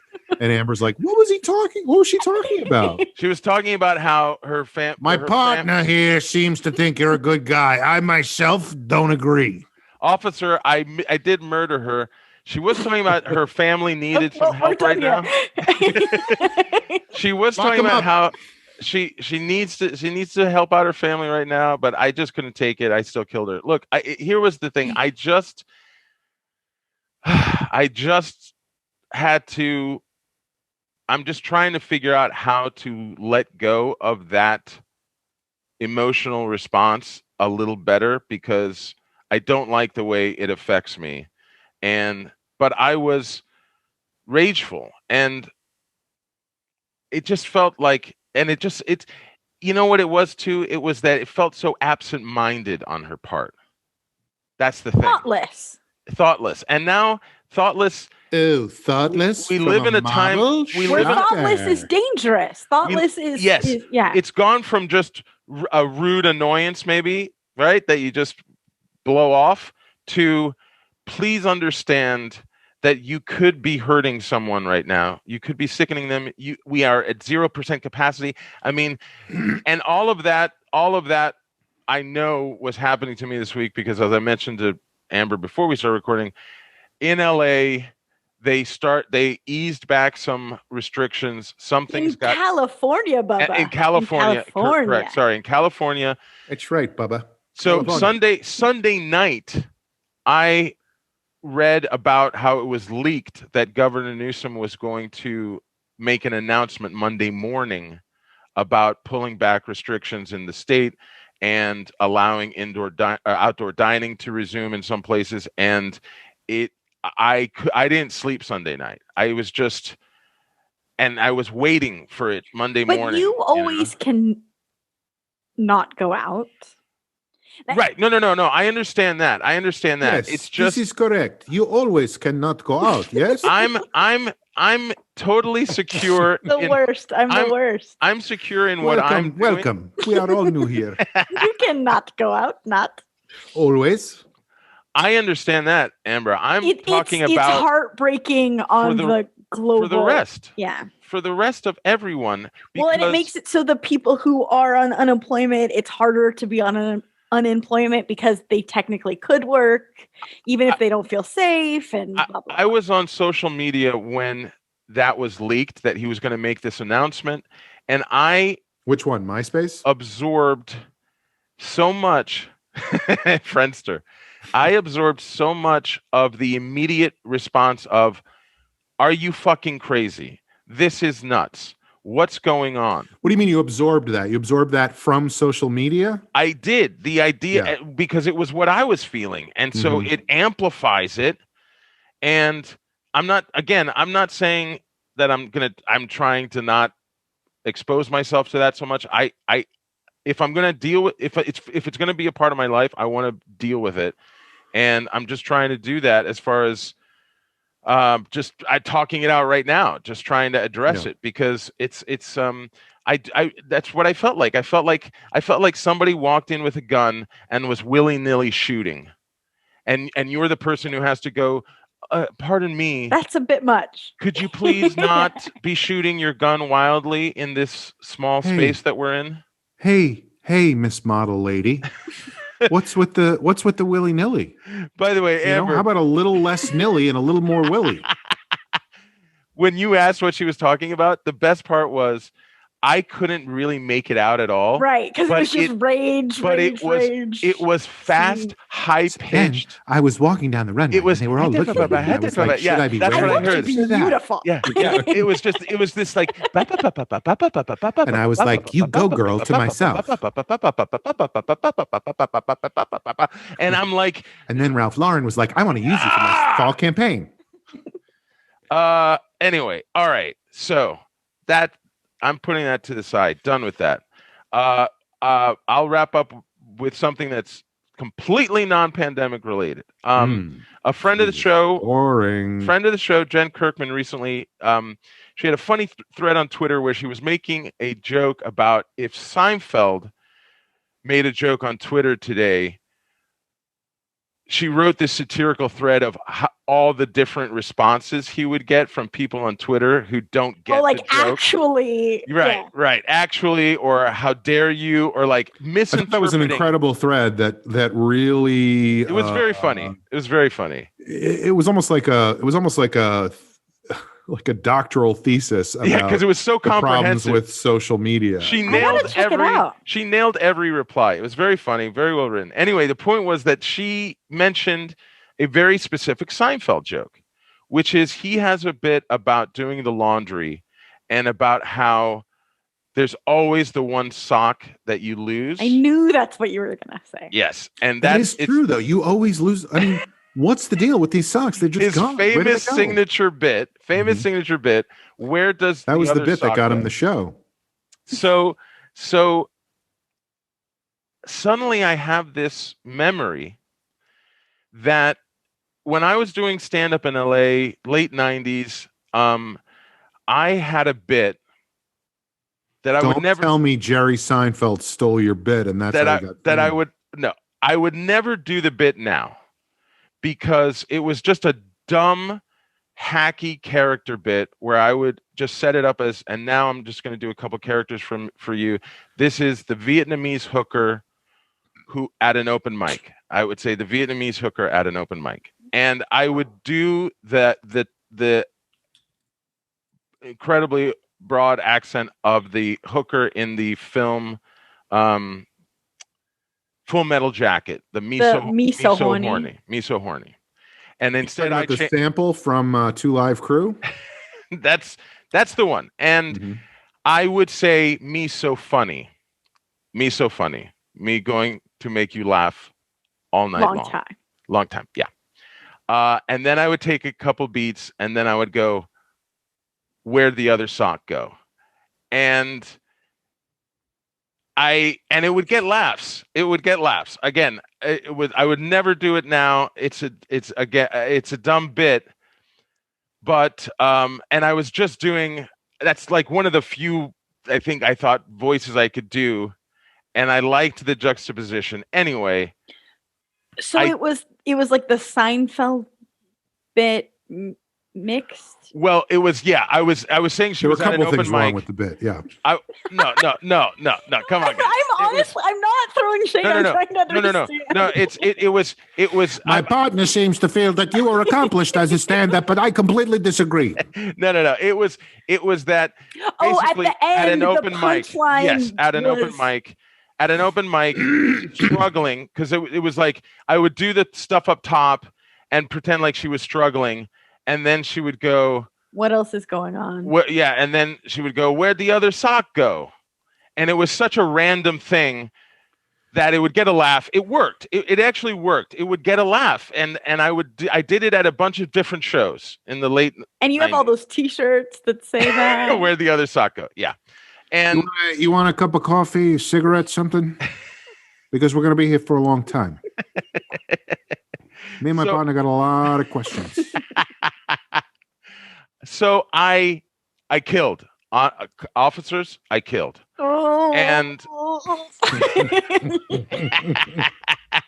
and so I remember that in sometime in the late 90s, I was in my apartment. I had the TV on. And do you guys remember the sitcom Dharma and Greg?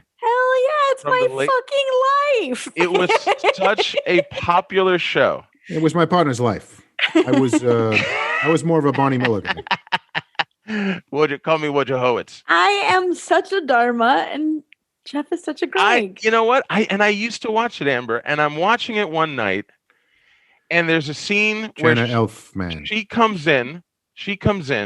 Her husband is a lawyer. He's talking to a potential client, Greg, and his name is Greg. Yes, Greg is a lawyer, and she's Dharma, and played by Jenna Elfman. I always thought of her as Elfman, but he said he was thrown out of a convenience store, and she goes, "Oh, which convenience store? The one on blah blah blah?" And he goes, "Yeah," and he goes, "Oh, I love that one. It's run by such a sweet Cambodian couple. Oh, and the wife is so funny. She loves to do her Seinfeld." And then she does in a very over-the-top, broad Asian accent, where'd the other sock go? And I'm like, oh my God, that's my bit. That's my bit. But they changed it to Cambodian. It's Seinfeld's bit. No, well, but she did it. But Amber, she did it. My partner has a valid point. You stole the bit from someone else, then someone stole the bit from you. Is that really theft? Or is that karma, Dharma? Obviously, what they did was they just changed it to, they changed Vietnamese to Cambodian and from hooker to convenience store owner. And because she says exactly that line, where'd the other sock go? And she says it with this broad accent. And So you come in here to report the crime of somebody stealing your joke for a sitcom in the 90s. Now, I believe this is a crime that could be solved if we were to look at the writing staff of the show at that time, right, and make a Venn diagram between those people and the people that attended open mics in the LA area at that time and find out. That said, my partner and I will get on that as soon as we solve all the murders. Well, here, officer, I've done some of your legwork for you. I've done some of the detective. Who was it? You know who it was. I spent the next few hours on this internet search. Oh, boy. And I found the episode, and I found the scene, and I watched it because it was like, did that really happen? Right. I've told that my story. Memory insane? Right. Yeah. And I found it. You want us to get a psychologist in here to talk to you about repressed memories? Officer, I swear it's puppets? real. I found it.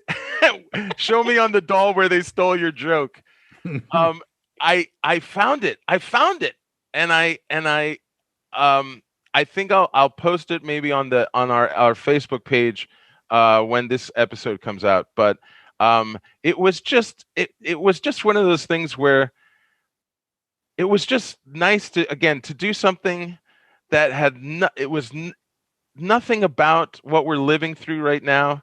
It was just me trying to find something from the past. Like, I've actually been thinking more about just memories that I hadn't had in years, that just kind of now, because you're sitting around so much, just pop into your head or sparked in your head for whatever reason. In this case, it was Kirkman's thread. But I was like, I know that happened, and I found it, and it felt good to find it, to validate my memory. And Jesus Christ, Kenny, this guy's wasting our fucking time. What are we doing here? I'm just saying that because I have a new search in mind. And depending on how it goes, I will update through check-ins in future episodes. But I remembered that I was in a theatrical production in college by Bertolt Brecht. Hell yes. And the name of the Caucasian chalk circle. It doesn't matter which one. We don't talk about that anymore. The name of the play, because first I didn't even remember the name of the play. Then I found it online. It's called The Exception and the Rule. And it was a very small cast. And I was given the lead by the classic drama professor, woman who ran the department, who had the caftans. Hey, Joe. And beret. Yes. Congratulations. Thank you. Yeah, way to drop that in. And because it was a dramatic piece, and all my friends from the sketch group that I was in came to see me, in the play. No, this was Laughingstock. Baby. In the play, I had to kill someone. Oh God! Why I is had this to murder the theme someone. of the show? This works. This totally works right in. I had to kill someone, and I had to. I remember I was like fucking 19, but I was trying to be a good actor, and I was trying to feel what that would be like. And I remember going for it, and it was very big, and I'm hysterical, and I kill a man in this hysteria. The man who's been helping me on this journey, who was also 19. I was traveling, and I don't even remember who it was. I don't remember the other actor, but now that I remembered this, I want to try to see if there's any footage, videotape of it. Yeah, it was it was done in a college and at an auditorium. I imagine they had somebody set up a video camera. It was 1991 or something. I want to see if I can. I gotta say, I can save you some time. I did see that on eBaum's World a couple days ago. It was on World Star, I think. So anyway, I have a new search for something from the past. We'll see how it goes. But I really now want to try to find it, just to see if I can find anything, or at least talk to someone who would know if any archives exist at all of the theater on campus, if it's somewhere in a basement at Vassar College somewhere. That's funny, because I just found a guy on Facebook who was my film teacher when I was in 6th grade. And I was like, I wonder if he still has... took film in 6th grade? That's awesome. I wonder if he still has the film we made when we were in 6th grade. We basically did a ripoff of Animal House called The Great Newspaper Fraud. It was like some kids getting back at their principal by creating a fake newspaper and distributing it to the school. Anyway, I get where you're coming from. That's the thing. I mean, and Sean, you've had this, I think, like you've brought this up when you find something from the past, like old emails or whatever. I mean, things that like I just have had the time to think about, like. Right. Whatever happened to that? And I was in this play, and was I good? I'm like, was I even good, or was it just laughable? Yes, Joe, I'm sure you were good. No, I mean, I was just chubby-faced kid having to be this, rageful murder. The first part ends in the murder, and then the second part of the play is the trial of my character. The fuck are we doing here, Kenny? This guy's talking about plays about murder. We got murders to solve. We got Red Bull cases up on the wall here. And my character in the trial completely believed he had not done anything wrong. He was in denial. Never heard that one before. It's interesting because I pride myself on having a good memory. I feel like I do, but memory is a fickle mistress. Right. Because I am my old sketch team, The Truth. We have like a text chain, and it's not hyperactive, but occasionally somebody will say like an inside joke from a sketch. It doesn't ring a bell. Nothing. What are you talking about? Right. There was they like referenced an entire sketch that I was like, do you have a link? And they did. And I was the lead in the sketch, and I watched it, and it was pretty good. I put it on for Jeff, and I was like, not a memory of this. And it wasn't that long ago. Like, what's happening? Did I black it all out to Right. I don't know. It's weird. It must be fun though to read it. I mean, when you were rewatching it, totally. It seems totally new. Oh, totally. Good. Right. But it's weird to just black out entire years of your life that were only a couple of years ago. No. I have flashes. I've been doing that for 35 years. My nightmare socially pre-pandy was when you would run into someone that you had met like maybe 15 years ago in LA or 20 years ago in LA, and they remembered you, but you have no idea who they are. You can't place where you know them from. Like they look maybe familiar, and they were from a very specific context time in your life. They were the friend of the friend, and that happened to me once. Turns out it was the fella from Risky Business, and we don't speak Tom anymore. Cruise? Yeah, we don't. Tom Cruise. He won't speak to me no more. So, I go up to him. I go, "Hey, I know you from somewheres." And he goes, this movie thing. And I said, no. I know somewhere else. No, that's not it. Turns out it was the movie thing. So anyways, we don't speak no more. All right. Well, we got to get out of here because it's been forever. So can we do like a 1-sentence parting shot? Can anybody fulfill that? No. I'll go first. Here's my parting shot. This is not a good parting shot. I just want to go because it's parting. I'm working on a character for open mics when things start up again. And I don't have a lot to the character except a name and an occupation.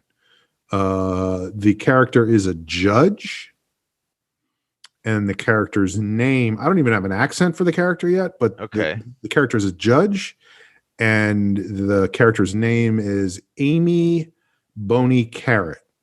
And so I feel like that has a tremendous amount of potential. I don't have a voice. I don't have, I don't know what their thing would be, but like you've already passed the 1 sentence. No, that was all commas. There were some semicolons. Joe, parting shots. Okay, real quick. I would like to thank my co-host Amber Kenny. She sent me extra virgin olive oil. This is a brand new bottle of olive oil. Thank you so much, Amber. Perfect timing. This is the empty one. Just finished it. Wait, can I see the empty one again? Can you hold the empty one up to the camera a little more where we can see it?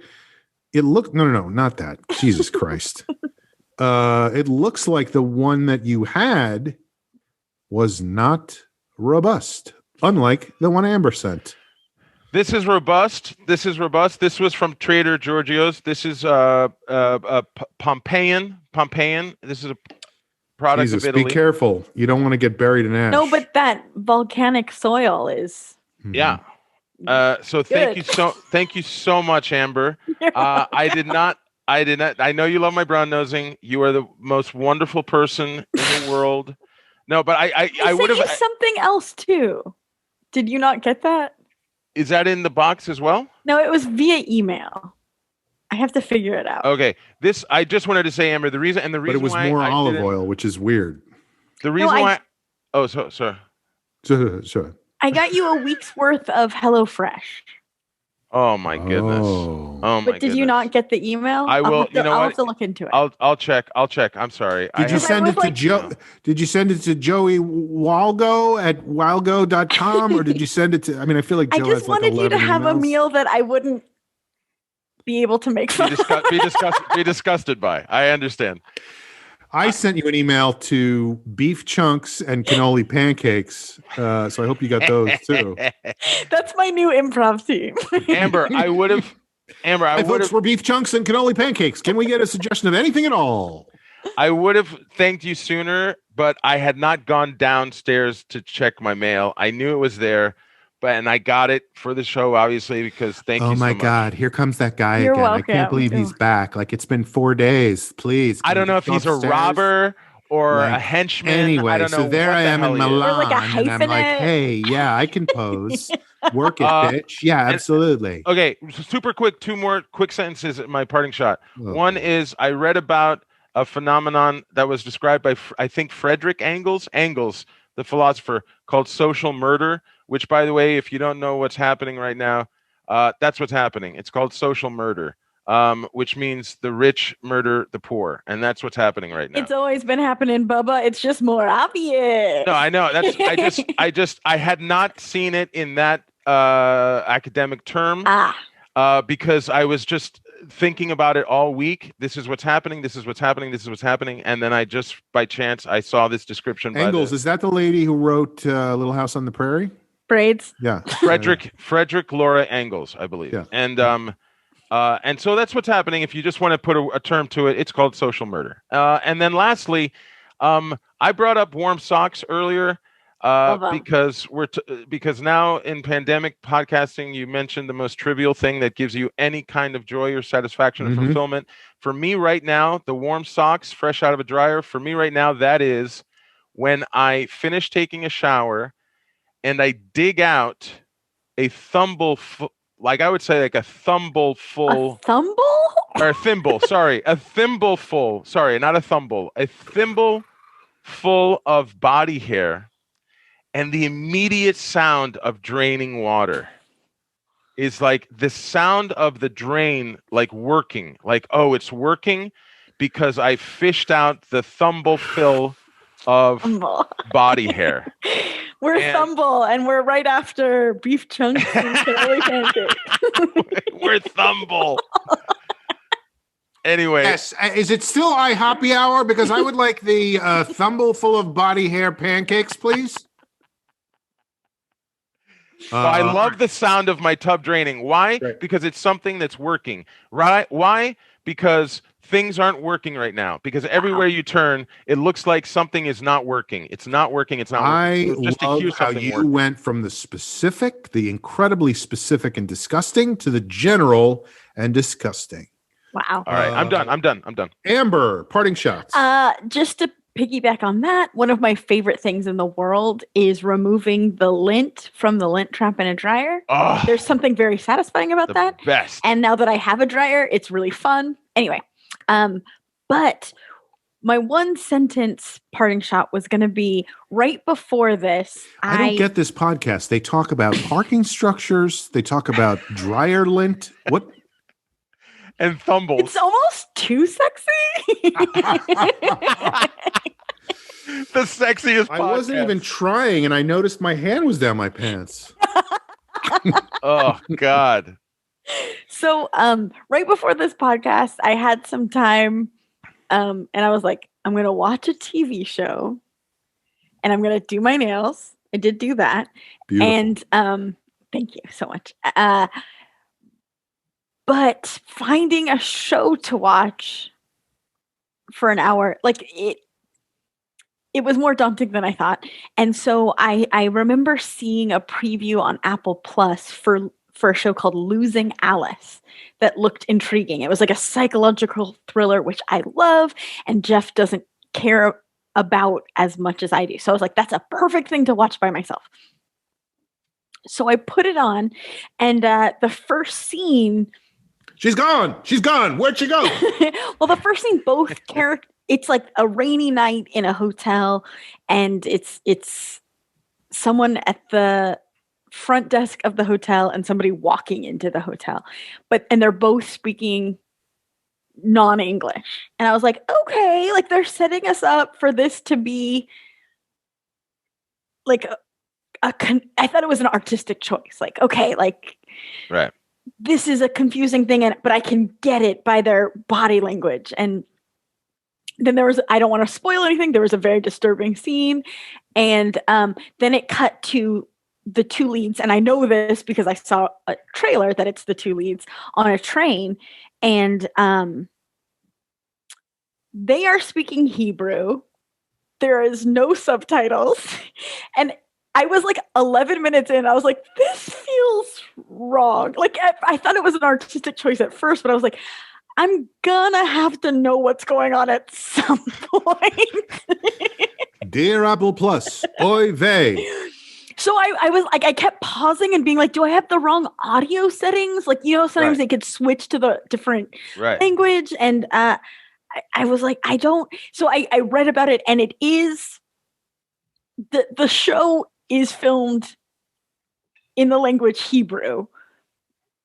But I can add subtitles so that I understand what's going on. So I had to start over. And then I was like, I wanted to put on a show that I could paint my nails and watch. So I was like, it's a lot of work. Yeah. Forget this.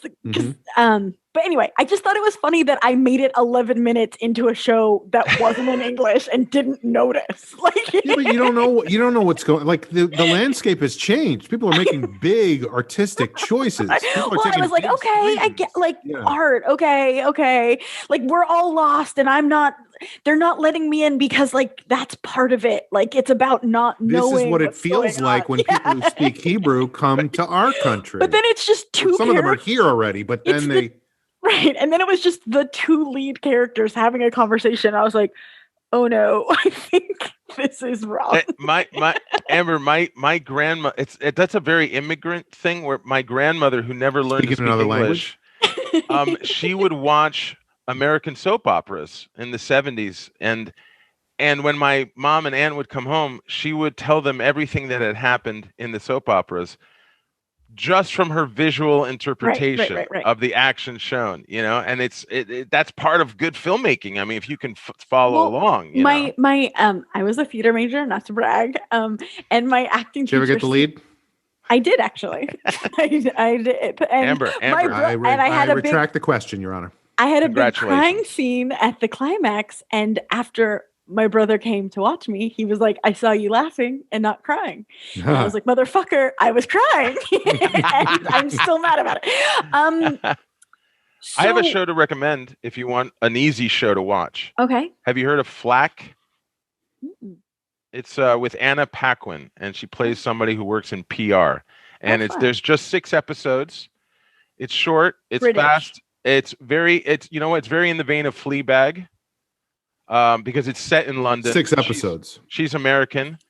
Just a easy show recommendation and very good writing. Right. Very good writing. Oh, but what I was saying before is I was a theater major. My teacher senior year, I've talked about her a ton of times, was this woman Svetlana, who's Russian, but she would always say like, with no sound, would a plumber in Orange County know what your relationship is? Like, it should be so clear just by your body language. So, like, that's what you're saying. And remember, you can always go out. But I also feel like that might be bad advice. Like, it's the broadest acting of all time. Of like, I like you. Like, but whatever. Our relationship is that I'm his interpreter. How would they know that without sound? It would look like we were just talking to each other. just to end on a TV note, I show you where I'm at. I ended up watching Friends for 2 hours yesterday. So dark place. dark, so dark. Like I watched it for 5 minutes and then I was like, oh my God, it's been 2 hours. Folks, they became your friends, buddy. This has been The Long Shot. It is a podcast. Subscribe to our YouTube. It's Sean Conroy Gets Happier. We're all up on YouTube. Amber has done yeoman's work on the Instagram and the Twitter feed. So those are back in action. Let's see if I keep it up. Well, I mean, and leave a rating and review on Apple Podcasts. That's huge for us. I read all our reviews the other day. They're good ones. They're beautiful. They're great. Cry, it made me feel good. Thanks, guys. All right. Thanks. And I will see. I'm speaking for all of us. We'll see you next time here on The Long Shot. Bye, friends. Water. What are we doing here, Kenny? Let's hit the streets. I really am gonna go. Guy. I'm gonna go.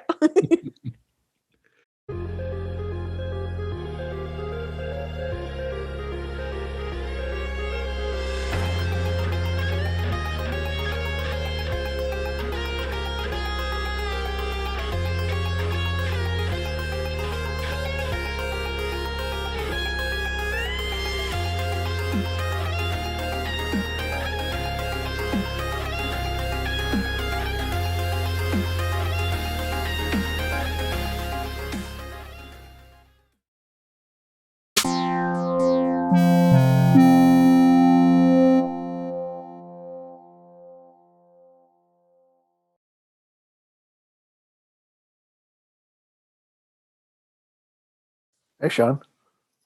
Hey, so are we ready to do this? Yeah, let's roll. Okay. Cool. Let's see. All right. You recording? Yeah. All right.